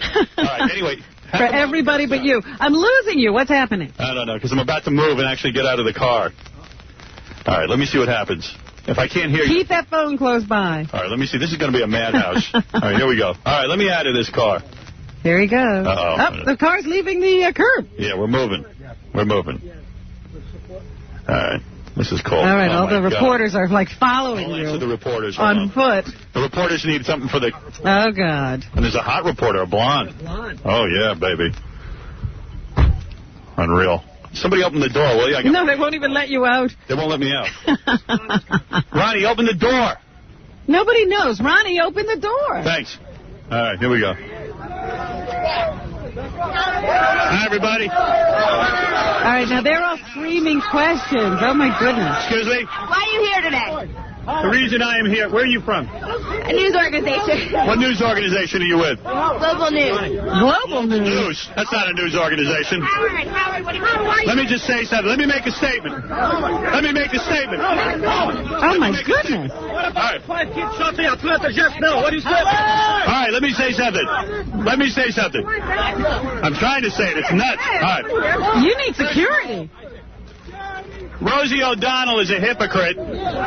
If kids are getting shot, why is she selling guns? What do you say about that? I have something to say about that. Who shot 5 kids in Atlanta? If 5 kids were shot today, which I'm unaware of, why is Rosie O'Donnell selling guns through Kmart? Why is she confronting Tom Selleck when, in fact, she's a gun saleswoman? What do you say about the kids being shot in Atlanta? What is your opinion about that? It's a terrible tragedy, and Rosie O'Donnell should resign from the board at Kmart and stop selling guns on TV. What questions do you want to ask her? I want to ask her why she sells guns for Kmart. She took a big dummy like Tom Selleck, who's comparable to talking to a retarded person, and argued with him when he wasn't prepared. I'm prepared to argue with her. Put me on. But she's such a big fat hypocrite, she's not going to allow me on that show. You can am I right? Right. Hey, that's right, Howard. That is correct. That's right. All right, be quiet. Keep the microwave clear up that skin, for God's sakes. Keep the microwave from that covered in pimples, Robin.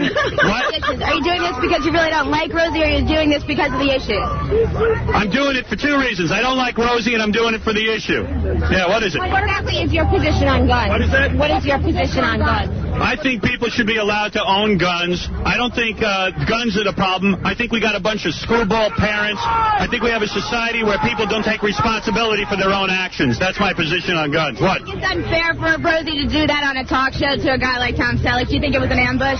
No, I don't think it's unfair. I certainly talk to guests like that, but at least I'm up front about it. It was an ambush. When my guests come on, they know they're going to have to talk about everything. Rosie gets you on there under the guise that she's going to talk about Tom's latest movie, and then what she does is she ambushes you, and she takes you by surprise. She's supposed to be the queen of nice. Now I'm going to teach her our lesson and ambush her. Ma'am, you are a black woman, right? Yes. You had to fight for your rights, right? Yeah. I am doing this for all black people. All black people. Will you go into the building already? For the consequences of doing something like that. I am ready for anything. I am ready for all consequences. I have every right to go there and ask to be on the show. How are you going to get in the building? How do you get up there? I mean, what are you going to do when you... You got to get past the reporters. Yeah, I can't get past the reporters. That's the problem. How would you spend your life ambushing people? Why is it so wrong for you? I don't ambush people. I'm up front about it. I actually tell people I'm going to ambush them. All right, now we're going in the building. All right, okay, I see you. Moving forward. Mayor Dubinsky. Who's Mayor Dubinsky? I don't know. Somebody just dropped their coat. I want your opinion about the kids being shot today. What's your opinion? Forget that guy. But obviously... You just get shot in a high school in Atlanta. Forget that guy. Go. Terrible tragedy. Howard, right in here. Hi, how you doing? There's an ambush artist. There's an ambush. Robin, I'm never going to make it. Oh, my so goodness. Reporters. There's the only safe place is in Rosie's studio. Who's in there? Thank you. Oh, my goodness. Thank you. Who are all those people? Here we go. I don't even think you can hear me. Can you hear me? There's so much commotion. I can hear you. Can you hear me? I can hear you. I don't know if you can hear me or not. I know he can't hear me. I will ask the security people if I can be led upstairs. All right. Can Robin hear me? Yes. Hey, how you doing? Well, somebody tell him yes. Is that NBC? Yes. Can anybody hear me? Ganji, am I on the air? I am? I'm not on the air? No, you are. I don't have a feed, so I don't know. Am I on the air? Does anybody know? I work at NBC. I'll bring you up to Rosie. Really? Am I on the air? Yes, you are. Okay. Let me ask you a question. Oh, dear. Can you call up to Rosie O'Donnell and ask her if I can be on the show today? They'll bring you up as a guest. Yes. All right, go ahead. I'll wait right here for you. You have to ask one of them, actually. Who do I ask? Howard, I'll bring you up as my guest. I gotta ask over here. Hello? Oh, my, it's bedlam over there. Hi. Guys, can you call up to Rosie O'Donnell and ask her if I can come upstairs? Well, she already told us you can't come up, baby. Sorry. She already said no? I knew it. Well, yes. Okay, hold on. What? Robin? Yes? Can you hear me? Absolutely. We've heard everything. I've been informed by security that I cannot go upstairs. Oh. I knew that's what you'd say. Can you believe it? Uh-oh, I'm losing him. Where'd he go? Well, let me make a statement to the press. Please. I have been banned from going on the show. Rosie is afraid to confront me. No! Rosie is afraid to debate me. Rosie is afraid. Rosie O'Donnell is a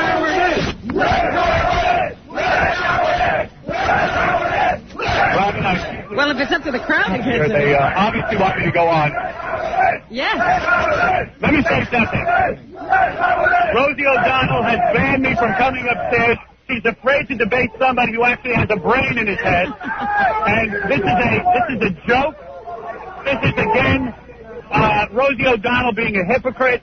She is not willing to debate someone because I would bring up a few things like her Kmart connection, and she doesn't want that on the air. Thank you.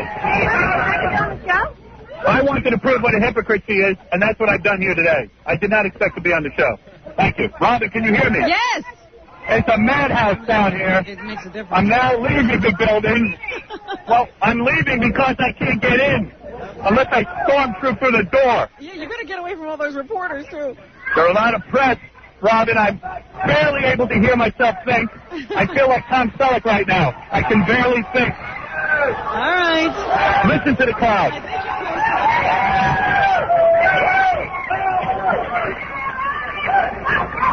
This is amazing. Who said I suck? Who said that? Who said I suck? Who said I suck? Come over here, honey. I'll kick your ass. Come on over here, honey. I'll kick your ass. I'll kick your friggin' ass right here in front of everybody. Where are you? You bitch. You stupid ass for me. What was that? Am I going to try again? Hold on a second. Where's my microphone? Give me the microphone. I'm on fire. Hey, dummy. Can you hear me? Where's the microphone? Where's the microphone? 1 second. Where's the microphone? Gary! Gary, give me the goddamn microphone. I heard it. Hey, take this. Thank you. Uh-oh. That mic is not working. No, take the phone back. Our microphones, once again, don't work, Robin. Yes, it was perfect. Robin, I am now back out on the street. The press is demanding a statement again from me. Take your head, Howard! Take your head! Robin, all I can tell you is this proved exactly what I wanted to prove, that Rosie O'Donnell will not speak to me because she's afraid to talk about any real issues with someone who can communicate. Am I right or am I wrong? Damn right I'm right. What is it? Are you gonna try again? Sure. I mean, what's the point? She's never gonna let me on. What if you promise to only ask her about the NRA issues and not about other things that she might be afraid of you? I will talk about it. Gary, you got another microphone for me? No mic. I'm not gonna guarantee her anything. I'll talk about anything I want. I'm not gonna do that. Yeah. What? With this funeral? Maybe, but I figured I'd give it a shot. I think it was good to do. Thank you. I'm going to get back in my car now. All right, here we go. Robin. All right, you're coming back. He lost the microphone. I don't even know if you can hear me. Uh-oh, he's gotten sick out there. Thank you. Thank you. Thanks, guys. Thank you. Thank you. Thank you. All right, here he comes. Whew. He's back in the car. Robin, did you hear me? Yes, I can hear you. I've heard you the whole time. I'm having trouble talking. I've been yelling so much. Hey, I heard you coughing. I said, oh, you've gone out there and gotten a disease. We just got back in the car. Jackie, the joke man, almost got stuck. You know, he would not have been a great loss. I don't know. Is he there? Robin, I don't know if you can hear me, but that was really draining. All right, get the car moving. Uh-oh, somebody, what are you lowering the window for? Ronnie just lowered the window. Oh, he's terrible. He just opened the window on me. What, is Ronnie losing it? I don't know. He's nervous. All right, now he's pulling away. Thank goodness. Anyway, what happened was Calm when down. could you hear the security desk? Yeah. Yeah, I heard the whole thing. I got there, and this guy already said that they were prepared not to let me upstairs. Absolutely. I knew that. But I knew it, too, but I don't care. I wanted to prove a point. Right. She's not going to debate anybody who knows what they're talking about. I know. Oh, my God. Did you hear that madhouse? It was crazy. We could see the whole thing. It was a nightmare. There were more press there. Hey, Gary, why don't you call in on that phone so we can talk better? And tell the other guys not to curse while they're holding on to things. Hold on, Gary, just dial the phone. That's it. Gary is using his big thumb to dial. What happened to the truck? Did we have that?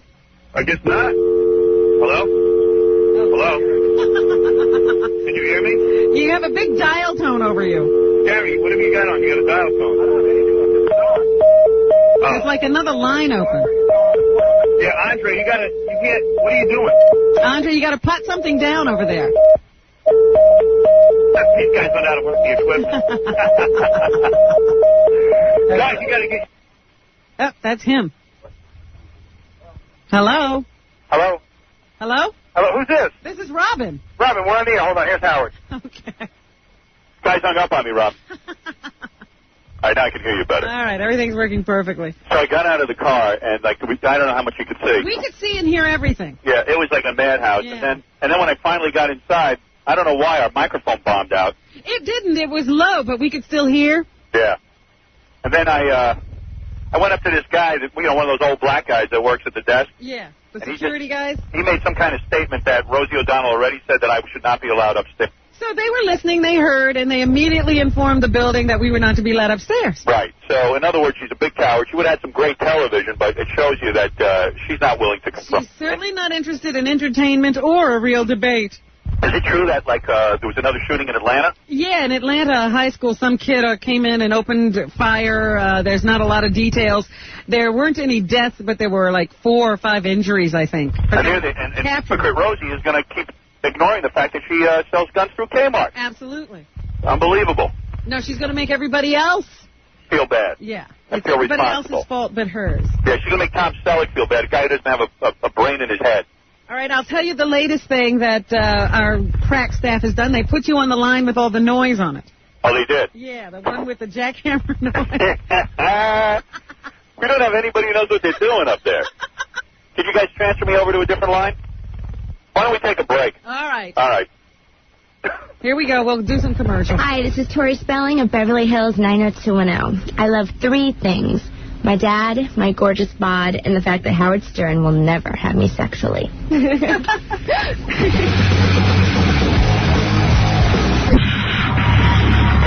is the Howard Stern Show. Man, I must tell you, complete exhaustion is set in. I had a coughing fit in the car because I was yelling so much over the... I didn't have a headpiece that worked, Robin. Yeah, I saw that you had just ripped that earpiece out of your ear. It wasn't working. If it had been working, it would have been fine. And was the phone only one way you couldn't hear? I couldn't hear. I kept asking if we were on the air because I have no idea. Yeah, I couldn't hear you. I had no idea so much press would be out there. And I don't think anybody stayed in communication with us who was near you. So. Yeah, well. Marconi had better equipment. What can I tell you? Yeah, Matt. Hello? Yeah. It's Frank. Sorry, Frank. Okay, hey, Howard, I am so ticked off. So ticked off at this whole situation with Tom Selleck. He may not be the smartest person in the world, but you know something? He was on Regis and Kathy Lee this morning. I saw them both, and Regis and Kathy Lee conducted it like professionals. Well, let me tell you something. I mean, it's disgusting. Well, she thinks she did something great. She did nothing. Nothing. And if you saw her, she wouldn't allow me upstairs. I would have gone on there and blown her away. Howard, if anybody went up, this was like, she wouldn't let him have a word in edgewise. It was, he didn't want to tell her to go, hey, F off. Right. Shut your mouth. If that was me or anybody else who wasn't promoting something, they would have gotten up and walked the hell out. Right. I was very serious when I went over there. I wasn't doing it as a joke. I was saying, hey, let me get over there. Howard, this is I don't know what to say. Yeah, I hear what you're saying. You made your point, and it's a good one. Matt, you're on the air. Yeah, this is Matt. Yeah. Yeah, I was at the charity screening of Star Wars over the weekend in Chicago. Yeah. And I was sitting right behind her, that Rosie. Mm-hmm. Yeah. And she was just like, I thought she was going to faint because she was like breathing so heavy and everything. Hey, explain something to me. How does this woman have children?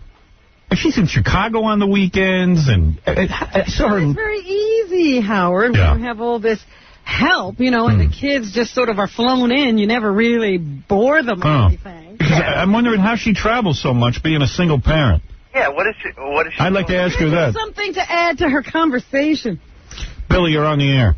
Hey, Howard. Yeah. Not only is she a hypocrite, and I don't even want to swear, but anyway, now she's a coward, too. She wouldn't even face you. No.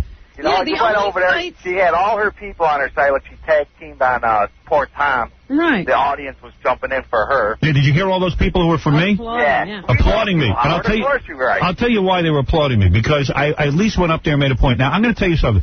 When that old security guard guy turned to me, he had a prepared statement. He said, Rosie O'Donnell will not allow you up. Then I tried to go up with this guy who had a pass. Uh-huh. He tried to take me up, but they wouldn't let me through. They had all their security people out in force. Nobody would allow me past the doors. You know why that girl was yelling at you, right? Which one? the dyke that yelled at you?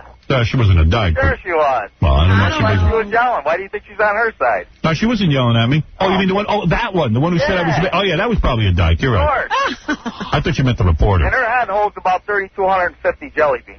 Yeah, oh, please. Thank you. Neil, you're on the air. Hi, Howard. I just wanted to say that when I was 17 years old, I used to go to Kmart and buy CO2 cartridges and pellets for my pellet gun. Of course. Got to be 18 to do that, boss. Right. I hear you. And Rosie's sitting there talking how, Kmart's all good and, plugging it and everything. But, no, that's not right. Right. Chris, you're on the air. Hello? Yeah. Hi, how are you? Love your show. Just calling to ask you, I was listening here. I'm from Toronto, and when you were trying to get through security there, I couldn't hear what happened, so I was just wondering what happened. Yeah, I know. I had to switch to the telephone at that point. What happened was they had a human barricade of security people who would not allow me pass because some guy had a pass and he tried to let me go in with him. Right. Because I was just going to go upstairs. Right. They would not let me through unless I started punching out some of the guards. I know her show's on here in Toronto in 10 minutes, and I'm just wondering if they're even going to talk about that. It airs at 10 o'clock here.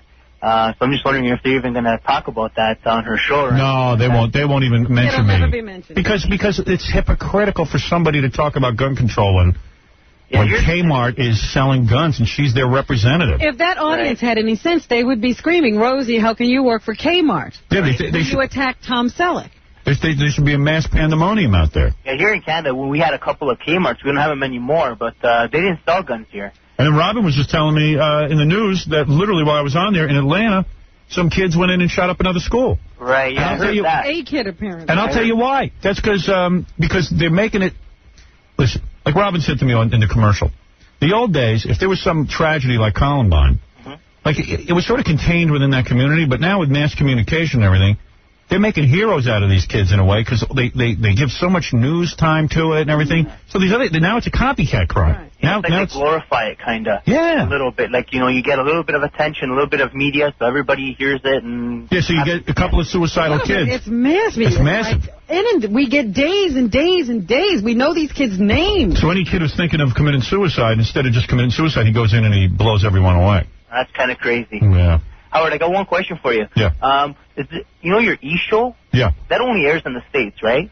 I don't think it's on in Canada. Can you get it in Canada? Is there any way you could try to get it? No, please. They're trying to get me off the air in Canada. They already succeeded in getting me off the air in Montreal. Don't you think they're going to... Well, we're here in Toronto, and just let me tell you that you got tons of fans here, and I'd support you. I'd be your #1 fan here in Toronto if anything tried to happen. Thanks. I listen to you every day. You got a great show. Thanks, man. And F Jackie. Just trying to keep people entertained, that's all. Kim, you're on. The only good thing about that trip over to Rosie was you almost lost Jackie. Yeah. Jackie was scared, you said. It really was scary, wasn't it, Jack? It was frightening. I know. Sometimes I was watching it and I was like, oh, my goodness. Those guys, crazy. It's bedlam over there. They wield those cameras. Those press people wield those cameras like they're weapons. Yeah, they do. You know what? I probably... against you when you were getting out of the car. I never expected so much press to be there, Robin. I think I could have had it. I don't say I would have gotten up to the Rosie O'Donnell show, but I could have perhaps made a better argument to the security people to at least call back up there. Right. But I couldn't even hear anything. But now it was a building issue. Yeah, it was getting to be dangerous, so I just left. I couldn't believe even more people were inside the doors when you went in. Yeah, because it's a public building. They got to let you in. Wow. I didn't know that. I just found that out. Yeah, well, I thought about that as you were going in. I said, well, they have to let you in because it's one of the biggest tourist attractions in New York. Yeah, Kim, you're on. Hi, Howard. Hi. They should have let you in that building. She is a big, fat, bloated, big-headed hypocrite. Of course. They should have let you in there. She fears you. Of course. The only reason why they did not let you in there, she knows that you are right, and she's just a big, fat pig. Yep. Buying Kmart supporting gun-selling pig. Thank you. Thank you. I support you 100%. Thanks. Yeah, I knew she wouldn't let me up, but I just wanted to drive the point home. Thanks. Go ahead, Lorraine. You're on the air. Howard, yeah. Hi. What a thrill it is to speak with you. Thanks. I want to tell you, one of the things I love about you the most, and I love many things about you, is your integrity, which is more than I can say for some people. Yeah, I'm not shilling from Kmart, that's for sure. And you know what? I wouldn't have any problem shilling from Kmart because You don't make a big deal about guns. No, I don't. I think if people want to, it's the Second Amendment, people are allowed to own them. I don't think that's why kids are shooting up schools. I mean, anybody can get a gun. Right, we don't want to fix the kids. We want to make sure they can't get the guns to shoot us with. Right. I agree. We have guns. I don't. My husband and my children are not shooting people up, and they never will. Yeah, because you're a sensible human being. Thank you. They know not to touch them. Right. Thanks. I love you, Howard. Love you. Oh. You don't even know how I would love you. Howard. Right. You don't know what it would be like for me to come up there and see you, but... You don't know what it'd be like for me to sleep with you. Howard. Can you imagine the two of us in bed nude? Oh. Yes. Do me a favor. Please take off your clothes and rub the phone against your naked body. Oh, okay. Please. Okay. All right, don't forget it. Doesn't do anything for me anyway. Hey, Jim. Hey, how you doing? What's happening? Hey, that was a valiant attempt to get into the Rosie Fat Pig show. It was wild. Hey, Howard. Yeah. You know what was great? What? He fights. The crowd was getting bigger. Yeah, it really was getting a little scary. I know, and there was fought his way all the way through, and finally we go barreling into the limo and we're safe. It was in the window. I know, Ronnie lets the window down. Ronnie rolled the whole window down. I was like, what happened? There's a big hole in the car. Ronnie, you're rolling the whole window down. What happened to him? He lost it. He did. He cracks. Because he wants to be a security guy more than he wants to be a limo driver. And finally he got his chance. Yeah. And what does he do? He rolled that. Gets you safe, and he opens the window. So anybody can get in. Want that down? Hey, Ronnie, you want to come in and explain that? Thought you wanted. I'm finding him right now, Howard. Are you? Yeah, I think he's in the green room having a cigarette. Yeah, get him in here. On his nerves. I thought you wanted some air. Leaned on Get him in here. I want to find out what happened. Security. All I know was I finally get in the car and he rolls down the window. I was sitting there, why? Because it was on TV, and all of a sudden I'm like, oh, he's finally safe, and then all of a sudden the whole window was open. He cracked. Everybody's screaming. I mean, Ronnie didn't even know. See how it's not easy to be a cop even? Like, imagine if Ronnie had a gun. Oh, boy. You know what I'm saying? Everybody would have been gone. You talk about those cops who, like, shot up that guy 41 times. That's how it happened. Yeah. You just get in trouble. You just keep shooting. We've been stepping over by. Howard. Yeah. Well, I was in Texas, unfortunately, a few months ago visiting someone, and I went into a Kmart with my sister. You can actually buy a Glock 9mm with nothing more than a driver's license. We had some guy here, he's not even an American citizen, went in and bought a Glock the other day from Kmart. Yeah, exactly. So, I mean... What is it, Gary? The funniest thing, Ronnie's always here. Yeah. I can't find him now. he ran out. He grabbed a cigarette off me, and that was the last I saw of him. Yeah, he ran. He's still running. Lest anybody think that was a joke, it wasn't. You should see the look on your face when that window went down. Oh, I was like, wait a second. First I was ready to blame you, because it's always Baba Booey. And I realized Baba Booey can't control my window. There's only one guy. You know, there were two moments. First, everybody else got out of the car once you were there, including Ronnie. Yeah. And then they wouldn't open the door for you. Yeah, because I couldn't open the door. My hands were full with equipment. That's the other thing with our equipment. Standing outside, and then nobody would open the door. Couldn't Dougie just throw that thing in my pocket so I could at least... Well, you did. You put it in your pocket. No, I didn't have a pocket. It was always in his hand. Walking around like a bag lady trying to... Because he was setting you up while you were talking on the air. I think he was afraid to start touching you. Well, he could touch me. I'm not Rosie. And then when you're trying to get back in the car, Ronnie opens the window and lets everybody see. Just in case there was somebody who wanted to get in. Mickey, go ahead. Hello? Yeah. Yeah, it's Aaron. What's up? Oh, Aaron, go ahead. Yeah, I just want to commend you, Howard, because I think ever since the movie came out, you know, it's been a while since you went out and, like, confronted someone on your own, and you went up to Rosie like a man, and well, you tried to, and that fat bitch wouldn't let you up there. Well, what can you do, man? Thank you. I don't know what the movie correlates to, but... Well, because, you know... Dude, I've been in more trouble since that movie than 10 people getting in a lifetime, so... Well, if you're making a point that somehow I won't confront people, I don't know. Well, no, I'm not saying that. Just since the movie, it's like you've just blown up and there's so much overexposure that you really can't go anywhere. Yeah, well, yeah, that's the truth. Because... yeah, who knew that just because you said you were going over there, everybody in the city would be over there? Yeah, I never saw so much. Oh, here's Ronnie. Ronnie, what happened? The key moment was we're pulling away. Have you regained your composure? What did you do? You went and smoked? You don't even smoke. What, you had a cigarette? Yeah, you did a little calm. Give that man some Valium. What happened? Quiet for me. He says to me, I got to get a shot at Howard pulling away. He says, put the window down. Oh. No. Yeah. And he doesn't come in here and fess up? That's why you rolled down the window? Yeah. And you allowed that? Real quick, you know. But why don't you talk to me before you do that? I know. Is that really the truth? Yeah. And you allowed that? No. Mr. Security? What happened? I don't know. It was just like everything was so... Mr. Lincoln, would you stand up in your seat? Wait, the guys asked you for a shot of me in the car? Our guys. So why'd you let it? It's all guys, man. It wasn't the guys. But there were 5,000 people around. Everything was cool. The cops were out there. Why don't you tell me so I'm ready for the shot? I had the cops standing out there. The cops were not near the window. Yes, they were. I had the highway cops You're out of your mind. there. You're out of your mind. The whole thing. They were at the front of the car. where you were. He's nuts. Come on. All right, go smoke a cigarette. I'm not smoking. Why didn't Brian come in and fess up? Now I get in trouble for his garbage now? Just because Brian tells you to do something, don't do Him it. and his stupid new haircut. Get in here. Here, here's Kmart's Great Outdoor Adventure Sale. $89.99. You can buy a Savage 22 caliber rifle. Savage. $129.99. You can get a Remington 22 caliber autoloader rifle with synthetic stock. This is Rosie O'Donnell's company. Uh-huh. $179.99. A Mossberg 500 12-gauge shotgun featuring a 3-inch chamber, hardwood stock. Look at this stuff you can buy. Good stuff. Buy all kinds of stuff. Who's she kidding? Hey, Brian. Hey, my fault. Sorry. What are you wrong? It's his fault, too. You don't have to listen to Brian. Yeah, but I needed the shot, man. It was like, What was the shot? What shot did you get? Well, he was talking. The car was still there, so I figured maybe... But Ganji was in the car with me. I didn't realize that. There was, it was a pig F of people, so I knew what was going on. I figured... Yeah. Once I'm in the car, you don't roll down the window. I had the best shot. I know that. So why'd you do it? I mean, yeah, did you see what was going on? If you know that, why'd you do it? I knew what was going on out there. You were sitting up here. Let me ask you something. I definitely know what was going on. I had to tell you I to respect roll you. down the window. You're my friend for how long? 14 years. Yeah, we've been doing this. Right.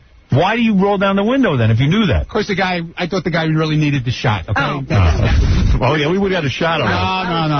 I would, We if I knew could Howard ruin was in the car. Thank you. All right. What is this shot he's talking about? Who knows? It's Brian. Did you get the shot? Yeah, I got the shot. Good, all right. Shot, give me that shot. I want to see that. That scary Why don't you guys smoke some weed? Go ahead, get out of here. Get arrested. Yeah, Melissa, go ahead. You're on the air.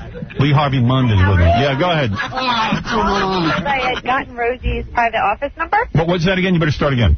I had her office number. Rosie? Yeah. Yeah.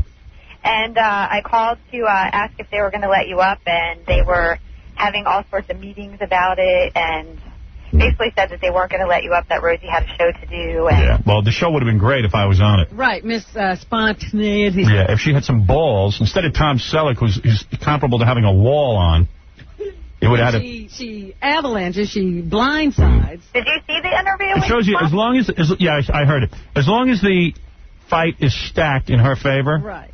she'll Then do she'll it. talk to you. Yeah. Well, I had the office number, and I called back and asked why he wouldn't talk to her, and they asked me how I got the number, and this is her private office. And Now they're coming after you. And they can't comment on that, and they have nothing to say. Yeah. All right. Whatever. I went over there. I made my point. Thank you. I have one more question. Yeah. Do you still have the Emmy contest? I don't know. Oh, yeah. The Emmy tickets? The Yeah. Emmy tickets? Yeah. Tomorrow, okay? We're just a little backed up now. Okay. All right, later. Yeah. Huh, you don't want Rosie's office number? Nah, what am I going to do with that? Then I can Call talk. over again. See what you get. Like to book an appointment since I couldn't just drop up. Yeah. See, I only want to do shows where there's conference. Like, I want to do the Magic Johnson show. Because there was controversy. Yeah. And that show I'll do. Actually, you were trying to save that show because you were so enjoying it. I miss it. I swear there isn't a day that goes by I don't miss the Magic Johnson show. Late night now. Well, you and I used to have an hour of material from that show every day. I really miss it. What are you going to do? You want to do the news? Let's take a break. We'll do the news when we get back and see what else is going on. We'll be back right after these words. Howard Stern. Howard Stern. Howard Stern's outrageous antics always shock America. You're listening to The Howard Stern Show. Howard sure paints quite a picture. The Howard Stern Show. You're listening to The Howard Stern Show.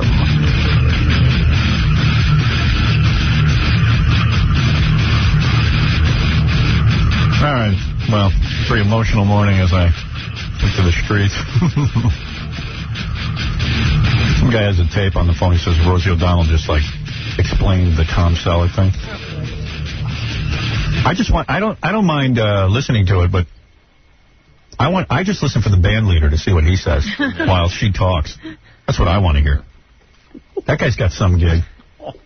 She needs Do you think he's even awake? I don't know. She needs to talk to him for some reason. Like, she needs someone to connect with, but he is like such wallpaper. Like, why is he there? I don't think he's awake when he does this. Hi, Robert. Yeah, hi. Hey. Unfortunately, the band leader doesn't say much. That's exactly what I'm talking about. Yeah, she just used the usual backpedaling. Yeah, mostly she does a monologue and he makes noises. I was thinking something else, like, because we just tuned in to Rosie O'Donnell Show, but she's not doing it. We missed this part, so now it's just back to our regular boring show, but she didn't mention, of course, the fact that I tried to confront her. Oh, no, no way. Didn't bring that up at all. That didn't happen. And the show's live, and she didn't mention the Atlanta shootings, but I think that's because she has to wait for somebody to script it for her. Right, she doesn't know how she feels yet. She's so passionate. Right. Actually, she does mention the Atlanta shooting. Oh, she does? I'll play it for you, okay? All right. Rosie and Tom will have a discussion about the NRA.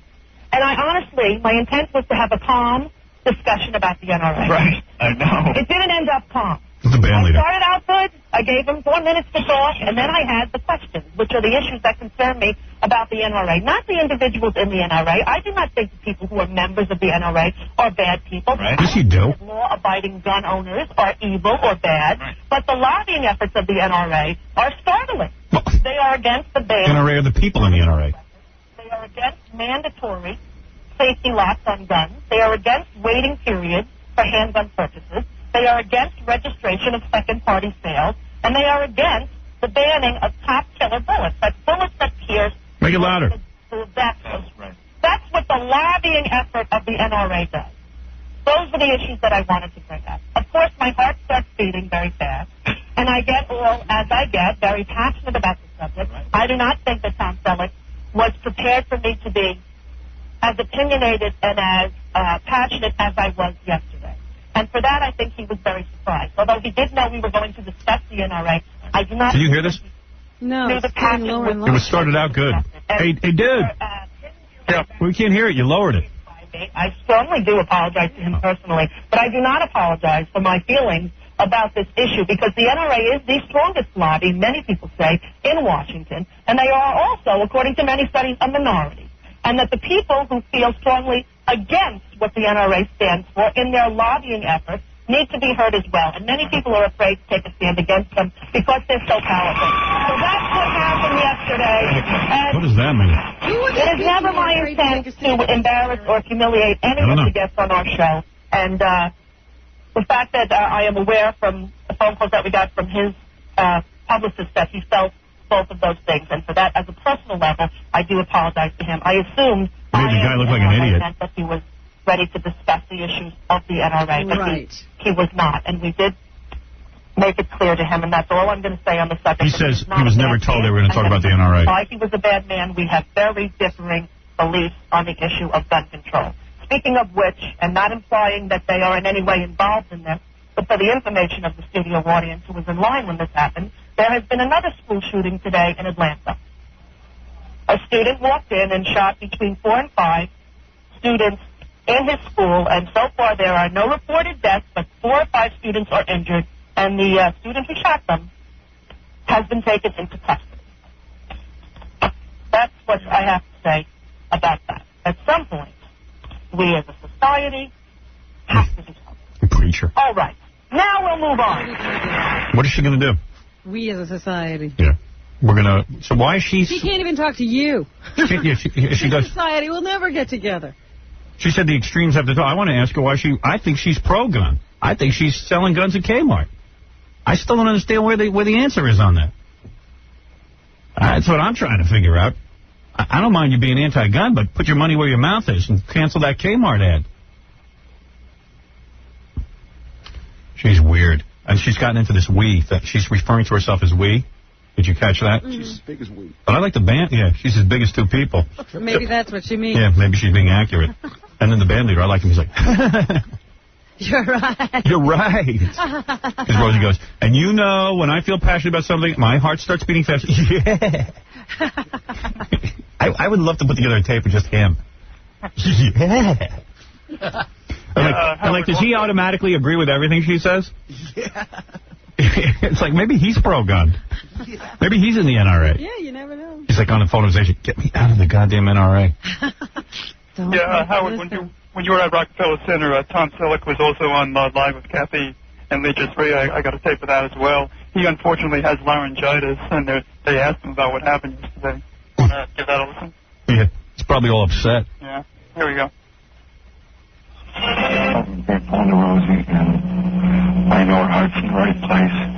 But, you know, when you have your own show, as she does, and so I have, and you have, it sounds like Christopher Reeve. It sounds like you've been beat up. To you, and they probably won't tell you when you're out of line. Unfortunately, I think it was an example of the kind of moral vanity and intolerance that is all too often fueling our political debate. A battered man. I'm sure she's sorry. I think she tried to say she. I saw it this morning. I saw a tape of it. I know her heart. She was right after Columbine. You were gone. You couldn't make it back. That's right. She guest hosted with us that day, and she just was so passionate. Shut up. And so are you. That's right. But I think that's what makes our country great. We're all allowed to be passionate about how we feel and still get along. So anyway. I love your movie. How about that? I love your new movie. I love that movie. Oh. There's another person who won't talk to you because of your views. Yep. And she says, but that's what makes our country wonderful. And she won't talk to me. Bring views that all get along. Rosie O'Donnell won't talk to me. Kathy Lee won't talk to me, but they're talking about tolerance and talking to other people. Yeah. So funny. Yeah. Hypocrites. Such hypocrites. You're right. Yeah. You want to talk to... They never put their money where their mouth is. Kathy Lee's another one. She's in love with everybody, but meanwhile she got children sewing those stupid-ass clothes of ours. You know? Those schmatas of fat, ugly women who think they're going to look like Kathy Lee. Ugh. What a joke. Why don't you try to get Tom Selleck on? He's in town. No, because I'm honest. I'm going to ask him tough questions. Yeah. He actually would have had a good time here. He has no voice left anyway. Hey, here's something. Forget it. Forget it. Kathy Lee makes me want to vomit. I can tolerate Rosie more than I can Kathy Lee. Did you hear that? We know that you're... So passionate. She was just so upset about Columbine. And Tom Selleck, so was I. What am I, the devil? Yeah, nobody cares but Rosie. Right. Like Kathy Lee was, it didn't really matter to me, but she didn't really care about She really cared about Columbine. And then you know that and you care as well. And what's so great about America is that we can all view our opinions and air our opinions. Shut up. Her heart really is in the right place. Good. Big fat heart. I've seen her by the pool at the Four Seasons. Her heart is not in the right place. In the same place Kathy Lee Yeah, is. that's a woman who hates people. She might love humanity, but hates people. Now, how do you do that? Yeah. Oh, please. Plenty of people do that. They love talking about how human beings should behave and act, but when it comes down to actually interacting with them, they all wish they were dead. Police. Well, see, that sort of smacks of hypocrisy. Well, that's what I'm telling you. If you see somebody sitting by a pool growling at human beings and berating the staff, you know there's something wrong. You know. Anyway, later, dude. Okay, thanks for the tape. Right. That was good. Yeah, John. Hello? Hello? Yeah. Yes. Ray. Hello? Yeah, hi, you're on the air. Yes, hello, how are you? Is this Howard? Yeah, it's Howard, you're on the air. Hi, Howard, how are you? This is John McNeil. I was Rosie's hairdresser from August 1993 to October 12th of 94, and she is a royal bitch. 2 scratches in the eyes, very bad.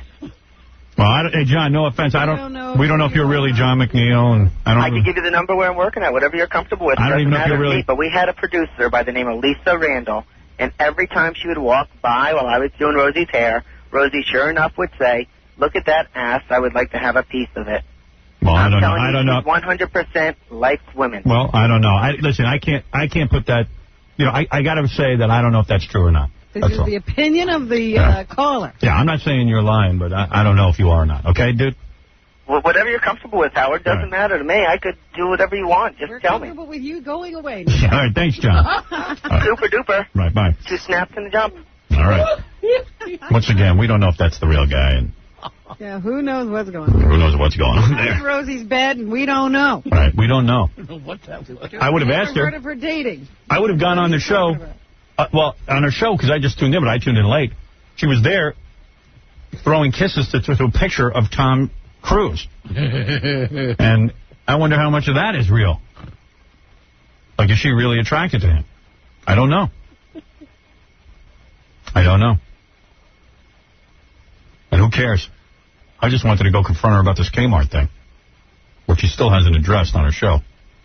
Yes, you can talk about everything else. Why not that? Yeah. What's wrong with that audience that they don't even ask these questions? What's What's wrong with that audience? They didn't stand up and walk out. First of all, why are you asking Tom Selleck about the NRA? Like, why him? Why not have a representative of the NRA? I assume since he said I am the NRA in his ad, he was ready to discuss the issues. That's BS. Well, since she's on the Kmart commercial, notes. yeah, she was all set up for him. Yeah. And hey, wait a second. She is Kmart. That's right. Let's talk to her about their policies. Yeah. She's so passionate. Get somebody from the NRA to do a whole show. Right. She's not passionate. She just wants to set up stupid Tom Selleck. She knows he's dumb. Everyone in Hollywood knows Tom Selleck doesn't have a brain in his head. She probably doesn't like him. Everybody knows it. Everybody knows he's not bright. And that's not right. That's not fair. I ain't saying I'm a genius, but I'll tell you one thing. I'll go on there.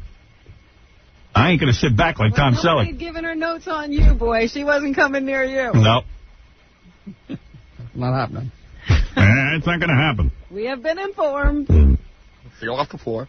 Yeah. I don't think you want to check Tom Selleck's SAT scores. I don't think you find a lot going on up there. But, how do you spell SAT?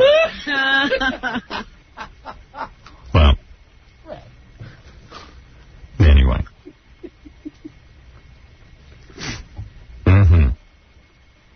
So there it is. Our big Rosie O'Donnell day. I was down there today. Anyway, what else is in the news, Rob, besides everything we've talked about? Look at this.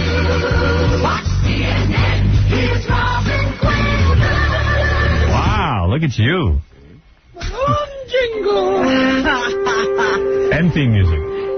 I have more music than any news person on earth. It's true. Anyway, there was a shooting down in Atlanta, Georgia, at another high school this morning. A lone gunman, apparently. One of the school kids came in with a gun, opened fire, and wounded 4 to 5 people. We have heard of no deaths. He was captured, apprehended by the police. We don't have any further details at this point because I don't have an AP wire this morning. What happened? Bombed out? Down, yeah. Wait, nothing was working. Days. So we do have a little bit. Janet Reno was, I guess, holding a press conference, and this happened just before she was supposed to meet the press. So she devoted some time and attention to that. It's not numbered, but it should be right at the top. Janet Reno. Maybe the other stack. All right, Janet Reno. Oh, so they probably caught her without any prepared notes. I was informed that another school shooting has occurred, this time at a high school in Conyers, Georgia, just outside of Atlanta. Our thoughts and prayers go to the victims, to their families, and our hearts go out with wishes for a quick recovery. We don't have all the details yet, but clearly America must come together as one nation without political division to address the problem of violence in the schools and on our streets involving young people. We have got to make this nation safe for our young people by prevention programs that avoid these tragedies from ever happening, by programs that provide for proper enforcement, for proper security, and that do something about guns. She said that she had planned to open her remarks today with comments about the debate going on in Congress over gun control, but instead she had to turn her attention to another shooting. So we will turn our attention to the conversation about gun control that's going on in Congress. The debate continues in the Senate. They are continuing to revise a bill that would add some teeth to gun control measures. Here is Utah Senator Orrin Hatch, who says that they are willing to require background checks for gun show purchasers so that the system would be able to do those checks instantaneously. Number 21. Gun shows only last 3 days. If we do not have a 24-hour instant check requirement, the gun show is going to be over. Gun control remains a hot topic in the House as well. Here's House Speaker Dennis Hastert. There ought to be a uniformity in this process, and that was my statement. It's my own personal opinion, and we will see that how the legislation works itself out. The Senate is also grappling with a juvenile justice bill that has taken on greater urgency in the wake of all of these shootings. One measure is aimed at reducing violence in movies. It would ban the use of federal property to shoot movies that have gratuitous violence. Here is Kentucky Republican Mitch McConnell, number 23. We can make sure that the federal government does not co-star with Hollywood in any movies that glorify or endorse wanton and gratuitous violence. How absurd is this? McConnell says it's time for Hollywood to get a wake-up call, number 24. You know, this is nuts. The United States government is supposed to be about freedom of speech, and what this guy's talking about is the government shutting it down, like making value judgments on movie scripts. How do we know what is gratuitous? I don't know. We need to send a message to Hollywood. Rosie O'Donnell's endorsing Star Wars. Guys with lightsabers killing each other. They behead each other. Ships trying to blow up things. Yeah. So what are we going to prevent George Lucas from making movies now? Don't bombard our children with glamorous portrayals of gratuitous and wanton violence. It's unbelievable. What are they talking about? What's this guy? That's what this guy's answer is? Federal lands won't be used for shooting movies? Yeah, that'll stop it. Oh, boy. Here's Democratic Senator Barbara Boxer from California. She says this bill is a lousy idea, number 25.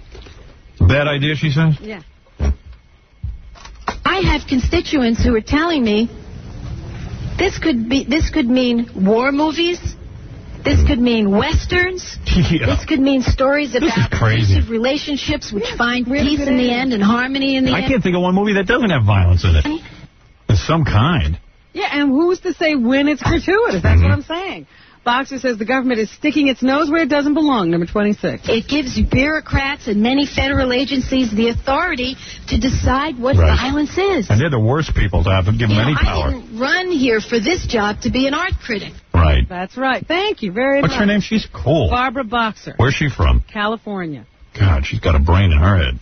Meanwhile, presidential candidate or Republican presidential candidate Bob Quayle has been out on the stump. Who's Bob Quayle? Bob Quayle. Dan Quayle. Oh, Dan Quayle, yeah.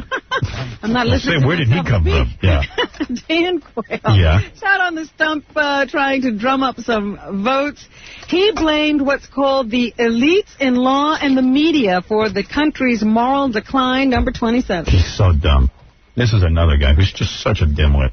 After more than a generation of lawsuits to drive religion out of the public square, the trend now is to drive out anything even remotely tied to religion. He sounds like a priest. What are you talking about? Sounds like a guy in the pulpit. And he says, for more than a generation, there's been an effort to drive religion from our lives. Who's doing this? No, they're trying to say that you can't mix school education with religion. Yeah, what's that got to do with religion? You can't comprehend. There's still plenty of churches. There's one on every corner. There are so many goddamn religions in this country, you can't walk a half a block without a church. The crusade against religion has degenerated into a crusade against basic moral principles in the schools. See, principles like honor your mother and father. There you go. Do not kill. Do not steal. Oh, people are against that? Quayle claims there's been a conscious effort to degrade our moral values. In fulfilling its cultural agenda, the legal aristocracy has not worked alone. It's been aided by a willing... What's his agenda? ...and compliant news... Because he has to look like he has an issue. ...media, and an entertainment community that transmits counterculture values. We haven't seen someone this dumb since Spiro Agnew. Shut up, you prick. He is really stupid. I mean, I've seen him interviewed. He's just so incredibly stupid. I don't know how else to say it. I feel bad. I know the guy's heart's in the right place, like Rosie O'Donnell's does. But and every once in a while he'll say something that you could actually agree with, like there are too many lawyers who have to have suit reform or tort reform. But he's just dumb. You know, Hitler's heart was in the right place. He wasn't a bad guy. He wanted Germany to be strong. He wasn't a bad guy. He wanted Germany to be strong. His heart was in the right place. He just went about it in a horrible way. He wasn't a bad guy. But that's the Rosie O'Donnell argument. Oh, he's not a bad guy. Why don't we say who the bad guys are? Yeah, I mean, you can't have it both ways. Either you don't like a guy or you do. Yeah, well, I'm being sarcastic. Of course Hitler's... I want to explain it. That's what I'm saying. I'm telling Rosie. She has to have it one way. Dan Quayle. Like him. Dan Quayle's a bad guy. He's stupid and he's got some power. And he's got a pulpit. Bad combination. He's bad. He's bad news.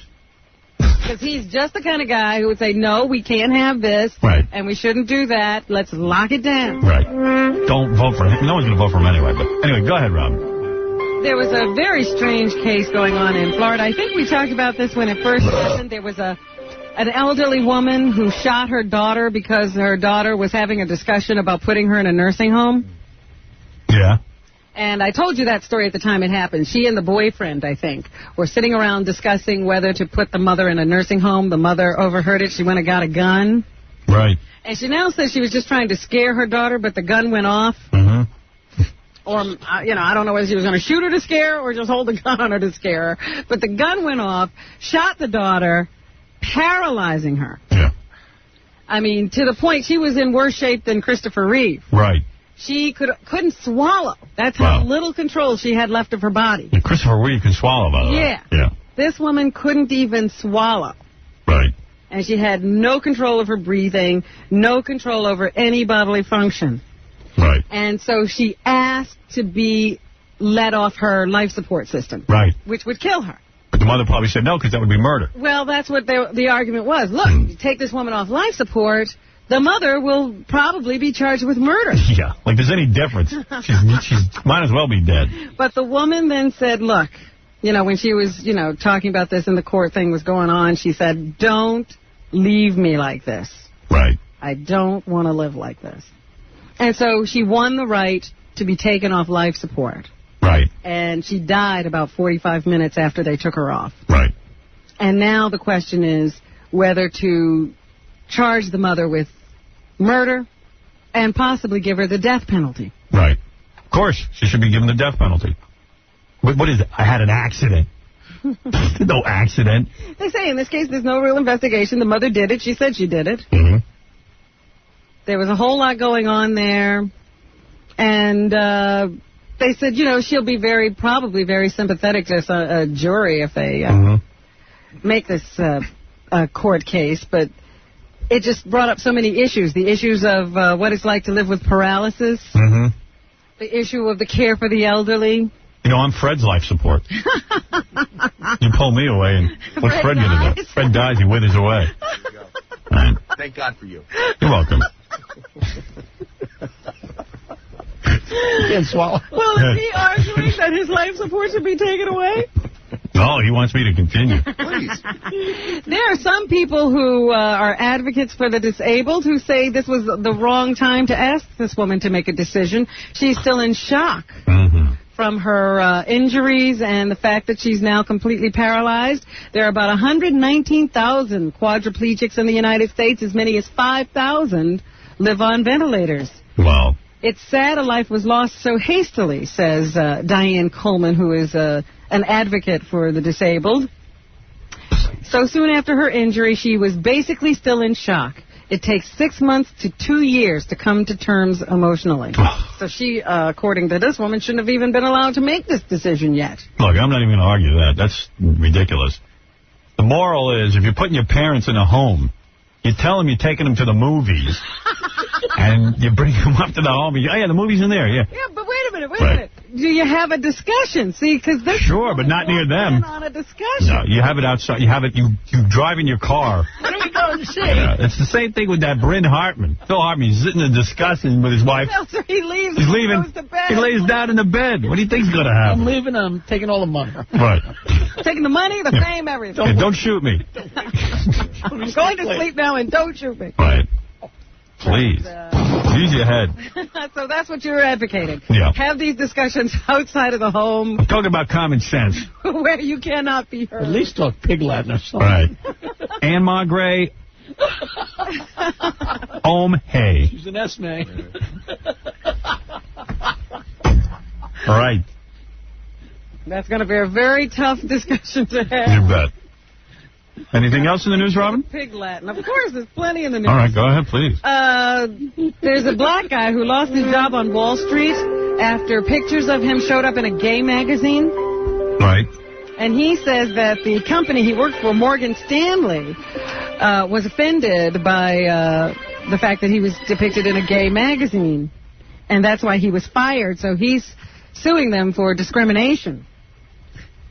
Right. They say they didn't fire him because of that. They fired him because of some discrepancies in the usage of his expense account. So he's going to have a press conference today to talk about the whole thing. He says those pictures were taken when he was in college, and he never wanted them to be published in, I think it was called Play Guy magazine. He's a straight guy, too, right? Yeah, he's straight, and he and his fiancée are all over the newspaper. Wow. Nice. But he says he got death threats.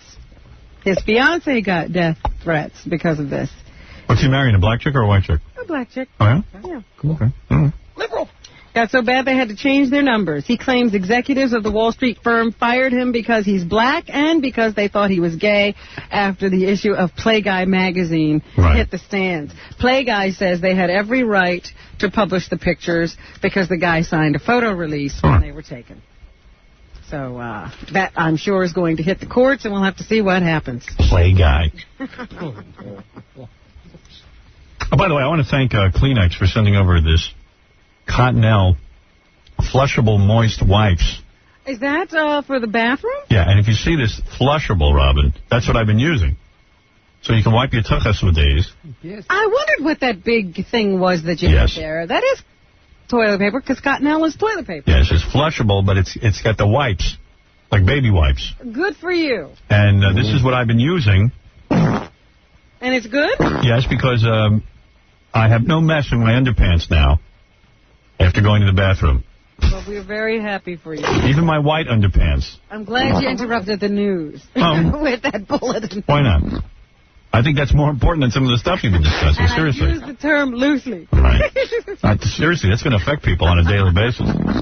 You know what I had heard? A friend of mine once was, she was dating this guy, and she said, "What do you do?" And he said, "Well, I'm an inventor." Right. She said, "What did you invent?" He said, "I invented moist toilet paper." So wow. He's the guy who did that. I'd like a date with him. Oh, God. It's a genius. Did you hear about the mother who was breastfeeding and allowed her baby to starve to death? Yeah, why was that? She claimed she didn't know he wasn't getting anything. Wow. Couldn't see he was getting thin? Yeah, she says she didn't understand what that meant. Right. Just didn't occur to her that the baby was starving to death until he died. Do you believe that? Well, no, and neither did a jury. Right.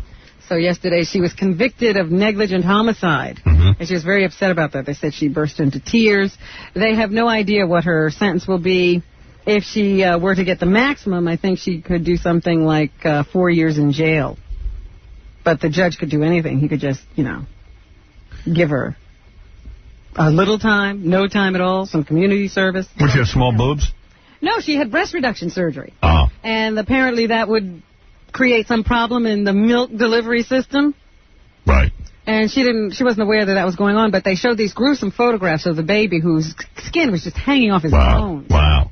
And was so weak in the last few days of his life that he could hardly move or swallow or do anything or even make a sound. And she never realized anything was going on, she claims. A horrible death. I think the sentence should be that her tubes are tied. Oh, I think the sentence should be they should starve her to death. Now, I mean, who needs her raising a child? Hey, could you imagine if you breastfed? I had breast reduction. I had the same problem. You have tons of milk. Your baby would weigh 800 pounds. Your son would breastfeed until college. Oh, please. Believe me. This I know. It's not the size of the breast. Oh, yes, it is. What? That's not how it is to us. It is to you. That's the way we look at it. As far as you're concerned. Come on, Mommy, whip them out. And in the Abner Louima case, there was some more testimony yesterday, this time, I think, from another police officer who said he heard a gloat from the police officer involved in the case, also tying him to the torture of this man while he was arrested. So once again, some pretty damning evidence in this trial. I can't wait to see what the defense is. President Clinton, I think, and Hillary were on their way to Littleton, Colorado today to talk to the parents of the victims of the Columbine shooting. It's interesting that they should be doing it on this day when there was another shooting this morning. And I think Governor Pataki is up to some good. They want a new law to make it less easy for mental patients who don't want to take their medication and refuse to take their medication to be out on the street. Oh, good. All of our lives. That makes a lot of sense. Yeah. He's a common sense guy. Governor Pataki has proposed a bill that is called Kendra's Law. Yeah, a lot of mental patients. After Kim Webdale, who was pushed off the subway platform onto the tracks and was killed. A lot of mental patients, for some reason, do not want to take their medication. They just don't want it. And, you know, you saw it in Cuckoo's Nest. Jack Nicholson kept hiding his mental patient medicine. Yeah. Wouldn't take it. Actually, the woman's name was Kendra Webdale, who was pushed on the tracks. And, you know, each time this happens, you talk to the guy, oh, yeah, they've been in and out of mental institutions. Oh, and they were fine when they were taking their medications. That's why we let them go. Right. So, I'm sure some advocates for the mentally ill will not like this, but, hey, better safe than sorry. I'm an advocate for the mentally ill. A lot of them are on my website. In fact, why don't you say the only people who are on that website? Yeah. All of them are on medication. Take your checks and send it to all. Check them all. Suddenly. Oh, yeah. Suddenly the room lights up. Room lights up. An Albanian-American group is claiming it has videotape showing the aftermath of a massacre in Kosovo. State Department spokesman James Rubin says NATO aerial photography shows what looks like a mass grave, number 19. Okay. We know that the graves were dug. We have every reason to believe that the video that was shot of those men is the very same location on the map where our imagery took place. Rubin says it's more evidence of Serb atrocities. What number? 20. Okay. Clearly, war crimes are being committed. Clearly, this is an example of that. And clearly, the Serb efforts in Belgrade are to try to lie to the world and tell you that that just didn't happen. So if you're wondering why we're there, that's it. Kofi Annan, the UN Secretary General, was talking to the Kosovar refugees in Macedonia yesterday and told them that the UN is working very hard to get them home, number 17. I heard horrible and heartbreaking stories of Kosovo. And that really drove home to me and all my party the need to intensify the efforts to get a political solution. And here at home, we are thinking that the bombing of Yugoslavia is having some effect. They say that there are reports of Serb soldiers deserting. And this could be evidence that NATO's air campaign is working. Here is James Rubin again, number 16. The NATO air campaign has grown more effective day by day and is increasingly crippling the foundations of Milosevic's regime. The cracks in that regime are more and more apparent, even within Milosevic's inner circle. So there, maybe we won't have to have ground troops. Everybody says we will, though. And I think NATO is moving closer and closer to that eventuality. Meanwhile, there is a new prime minister-elect in Israel. His name is Ehud Barak.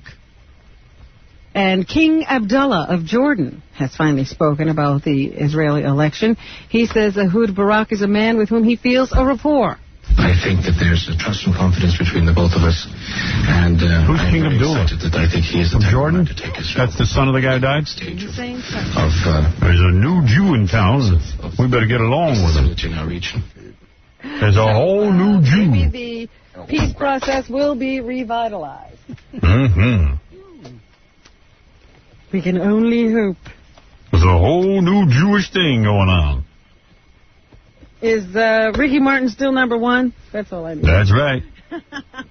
Ricky Martin's number one. What the hell is happening to music? Ricky Martin's on Time Magazine to cover it. He's everywhere I look. Very important guy all of a sudden. The verdict from the first wave of the Phantom Menace viewers, George Lucas is still a movie-making force. Most early attendees, some of whom camped out to buy tickets, found Menace, which started showing at 12:01 a.m. on Wednesday, worth the wait. Really, they liked it. Saying it's everything they expected it to be. Yeah. And the estimates are now that it made $42 to $45 million in its first day. That's a good amount of business. Darn right. Ahmet Best is the voice of Jar Jar Binks. I could have done that. And here he is to tell us a little bit about the background of his character. Number one. Jar Jar Where'd he go? I don't know. I think we just lost the feed. Uh-oh. Ganga under the seas of Naboo. He, All right, I don't really care. I'm done with Star Wars. Right. And he says he was given a lot of leeway in this part. He was. What is his name again? Ahmet Best, number 2. A lot of leeway. Jar Jar wasn't preconceived to a point where we knew everything that was going to happen. We knew exactly what he was going to look like. Sounds like they didn't put much thought into that. All right, honestly. Jake Lloyd is the little boy who plays Anakin Skywalker, and he jokes about how much he's like his character here, number 3. Anakin Skywalker is a lot like me in different ways, and he's also different. Like, for the fact that he's a slave, well, that's not really... And I'm a slave to my parents. ...a different thing. My sister uses me as a slave. I'm scarred for life. Oh. Oh, so cute. And Samuel L. Jackson plays some character. I think his name is Mace. Yeah. Well, he's on the screen for about 30 seconds. Yeah, hard to catch a name in that short a time. Right. He says he got George Lucas's attention by saying he'd like to work with him on the new film in interviews. He invited me to the ranch to see if I was serious. Well, yeah, I'll do anything. I'll, be a stormtrooper. Hide me. I don't care. As long as I know I'm in the movie, everything's fine. And he said, well, we'll see what we can work out. And then we talked about a whole bunch of other stuff. And then finally the call came, said, okay, George, figured out something for you. We need you in London on the so-and-so date. And I got there and I got my pages and it's like, hey, I'm a Jedi. Cool. Okay. So he's all happy, and they made $42 to $45 million. Kate Capshaw's in a new movie with Tom Selleck called The Love Letter that opens this Friday to compete with... That's my mother. Son, please. Here's what happens to Kate's character when she finds a mysterious piece of mail in the love letter. Number 4. One very normal, routine day, she gets a letter without an envelope addressed to an anonymous... People put her in movies because she's married to Steven Spielberg. They're trying to make letter with Steven. Yeah, right. And the letter, it catches her by surprise, and it starts something... Mommy, why are you blonde and I'm black? Son, you know the answer to that. Don't ask your mother embarrassing questions. It's confusing to me. That mommy is so blonde and tall and thin, big boobies. Sexy. Son, don't look at your mother like that. Well, she ain't really my mother when you think about it. Now, Lanny, it's true, son, but... Mommy, let me see your nice cans. I'm ready to breastfeed like that boy in the newspaper. Can I watch you shower? Why don't we take a shower together, Mommy? Let's sit in the hot tub. And you could give me a bath. What Son, is Kate Capshaw saying? Your voice indicates that you're sexually attracted to your mother. I didn't say that. You said it, you sick bastard. Special feelings. This movie's all about. Daddy looked like he got hit with an axe. You need a real man. Daddy looked like E.T. Love it. Hey, Daddy, how you get such a hot piece of ass for a wife looking the way you do? Son, that's the beauty of Hollywood. Look at my wallet. I'm gorgeous. Son, stare into my wallet. I'm the hottest guy on the planet. Daddy, you beautiful. You is handsome. You Tom Smellick. Daddy, I want you. You a regular Tom Smellick. Romance. And because it's intergenerational and includes both men and women, it just really has a broad appeal. And because it's a mystery, you do... Well, here's who is the love letter going to appeal to?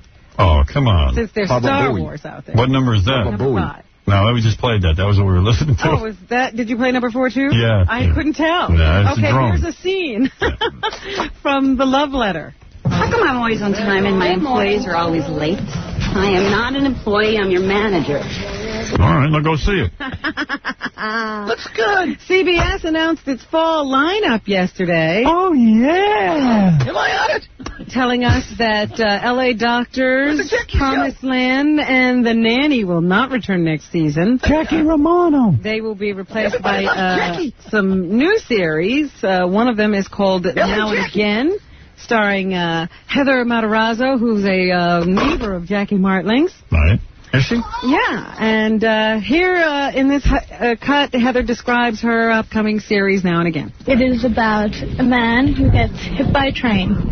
Cool. And they transport his brain into another human being's body. Cool. And it's about how he's trying to contact his family because we think he's dead and he's not. And it's kind of, you know, the stretch from, you know, the $6 Million Man. How about like My Angry Martian? Or I'm an angry Martian. Or how about My 3 Houses? There you go. About your 3 houses. Yes. You never think about, but that's good. Starring Fred McMurray. Betty White is returning to series TV in a new TV show called The Ladies' Man. And she was asked if she's excited about returning to television. Betty White they dragged out? Betty White. Whoa. Way to go, Les.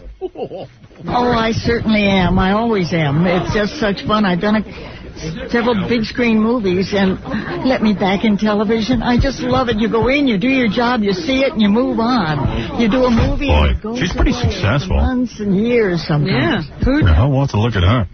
Ray Romano is returning to Everybody Loves Raymond. I'm funnier than him. Popular show that CBS airs.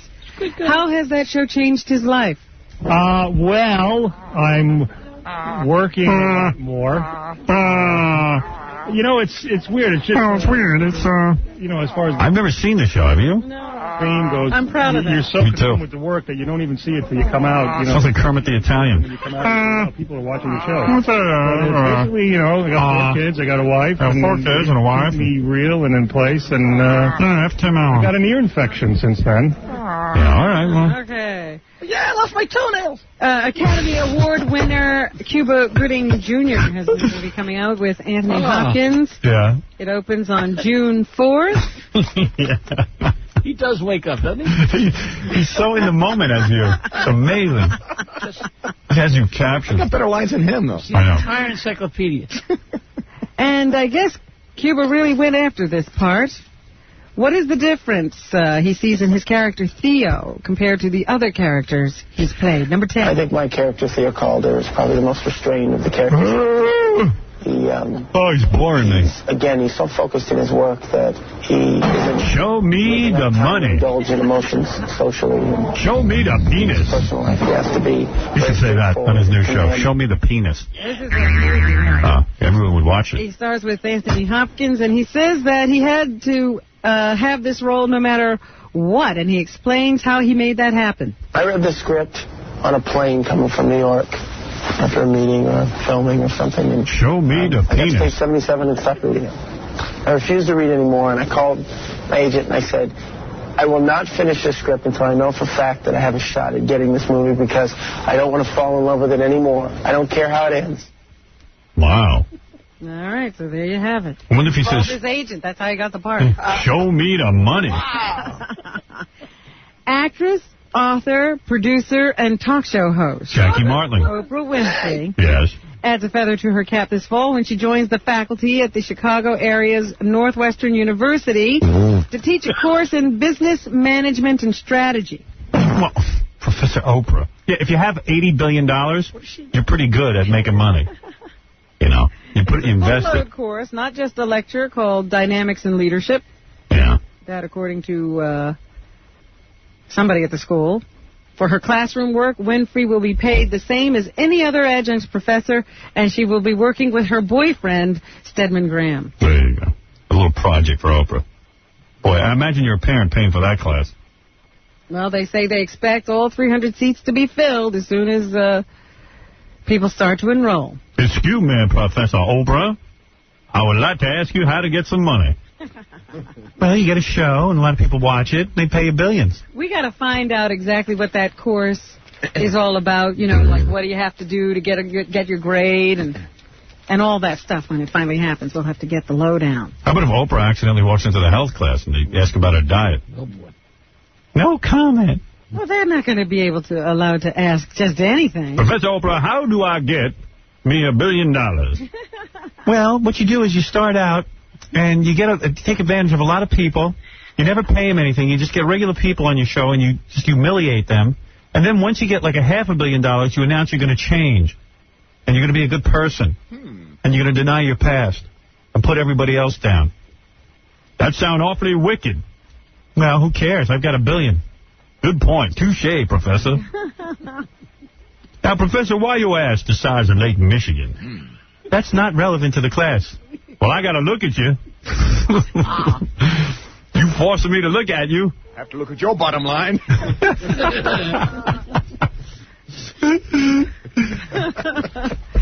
And in page 6 today, they say that the... Professor Oprah, what's bigger, your ass or your wallet? The executives at Nickelodeon's recent Kids' Choice Awards were a little bit upset with Britney Spears. Yeah. They said that was not the right venue to show off her newly enhanced bosom. Oh. Apparently, she showed up not wearing a bra. Oh, please. And they decided to cover her up because that was the appropriate move to make. What's that, Jackie? Nickelodeon. Get it? I got $1 million of them. And they say that Amy Fisher is taking a new job and will be showing up on the anniversary of her shooting. She's teaching a class with Oprah. On the 7th anniversary of the day she shot Mary Jo Buttafuoco, she is going to start work. There they are, glorifying her. Talk about why people are shooting people. Look at the attention she got for shooting she's somebody. mindful of today's date, according to her lawyer. Teaching her a lesson with it. Yeah, they're really teaching her a lesson. Jail for a couple of years, come out, make her a millionaire. Book deal. Book deal. Whatever. And I understand that they are in negotiations for a book deal, but in page 6 they also say that Mary Jo might put the kibosh on that because she still doesn't believe Joey had sex with Amy and doesn't want to write a book like that. Anything else, Robin? Finally today, well, the Yankees are just losing and losing and losing. It's really bad. And that Hideki Arabu is getting really bad again. You know, they might just send him away. He's doing so poorly. And they don't know what to do. Nobody's hitting, and the pitching sucks. Right. But they say that Roger Clemens is well again, and he should be ready to rejoin the lineup. Right. The guy they had to have over David Wells. Right. And Yankee slugger Darryl Strawberry is in serious talks with his legal team, and they are considering a no-contest plea to charges of cocaine possession and soliciting a vice cop. You know what? Put him back on the team. Anybody who can help. I don't care what charges he's on. He'll be arraigned next Wednesday in Tampa, Florida. Most of these ball players should be up on charges anyway, as far as I'm concerned. And, you know, that no contest thing would be like not admitting or denying the charges. That's a good way to plead. If the plea is accepted, the charges could be dropped or Strawberry could get probation. Now, honey, I didn't say I did it. I didn't say I didn't do it. Don't ask me. Don't ask, don't tell, like the military. I was doing some investigating reporting. Yeah. And the Knicks will play the second game in their series against the Hawks tonight.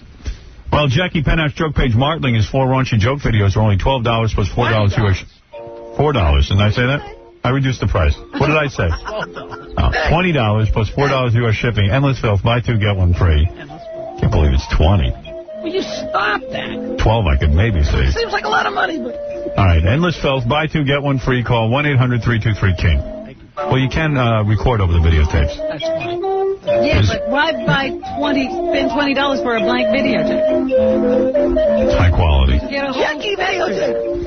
But you have the Jackie label on it. There's a fallback procedure. Get Jackie on the cover. Well, I bought his CDs. I use them as coasters. Those are the cheapest coasters I ever bought. For skeet shooting. That's like putting your drinks on gold. His raunchy Oleo CDs also available at all Virgin Mega Stores and Coconuts. And for new jokes and MP3 audio, visit jokeland.com. Congratulations, Jackie. Thank you very much, Fred. He's Stuttering John's Band at Bryn Mawr Stereo and Video in Philadelphia this Saturday morning at 11:30 a.m. and at the Trillo in Pittston, Pennsylvania, Saturday night.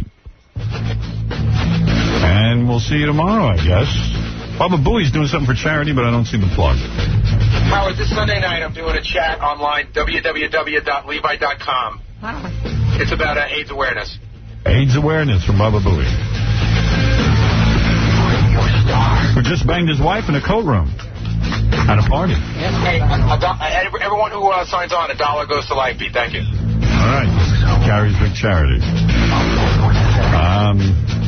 Tonight on E! David Spade and his #1 female fan. Tune in this weekend, Saturday night, for an all-new show. You got to see Baba Booey and Benji wrestling. It's an all-new episode this Saturday night. And if you thought it was funny on the air, wait till you see it. It's just incredible. And also some new animation.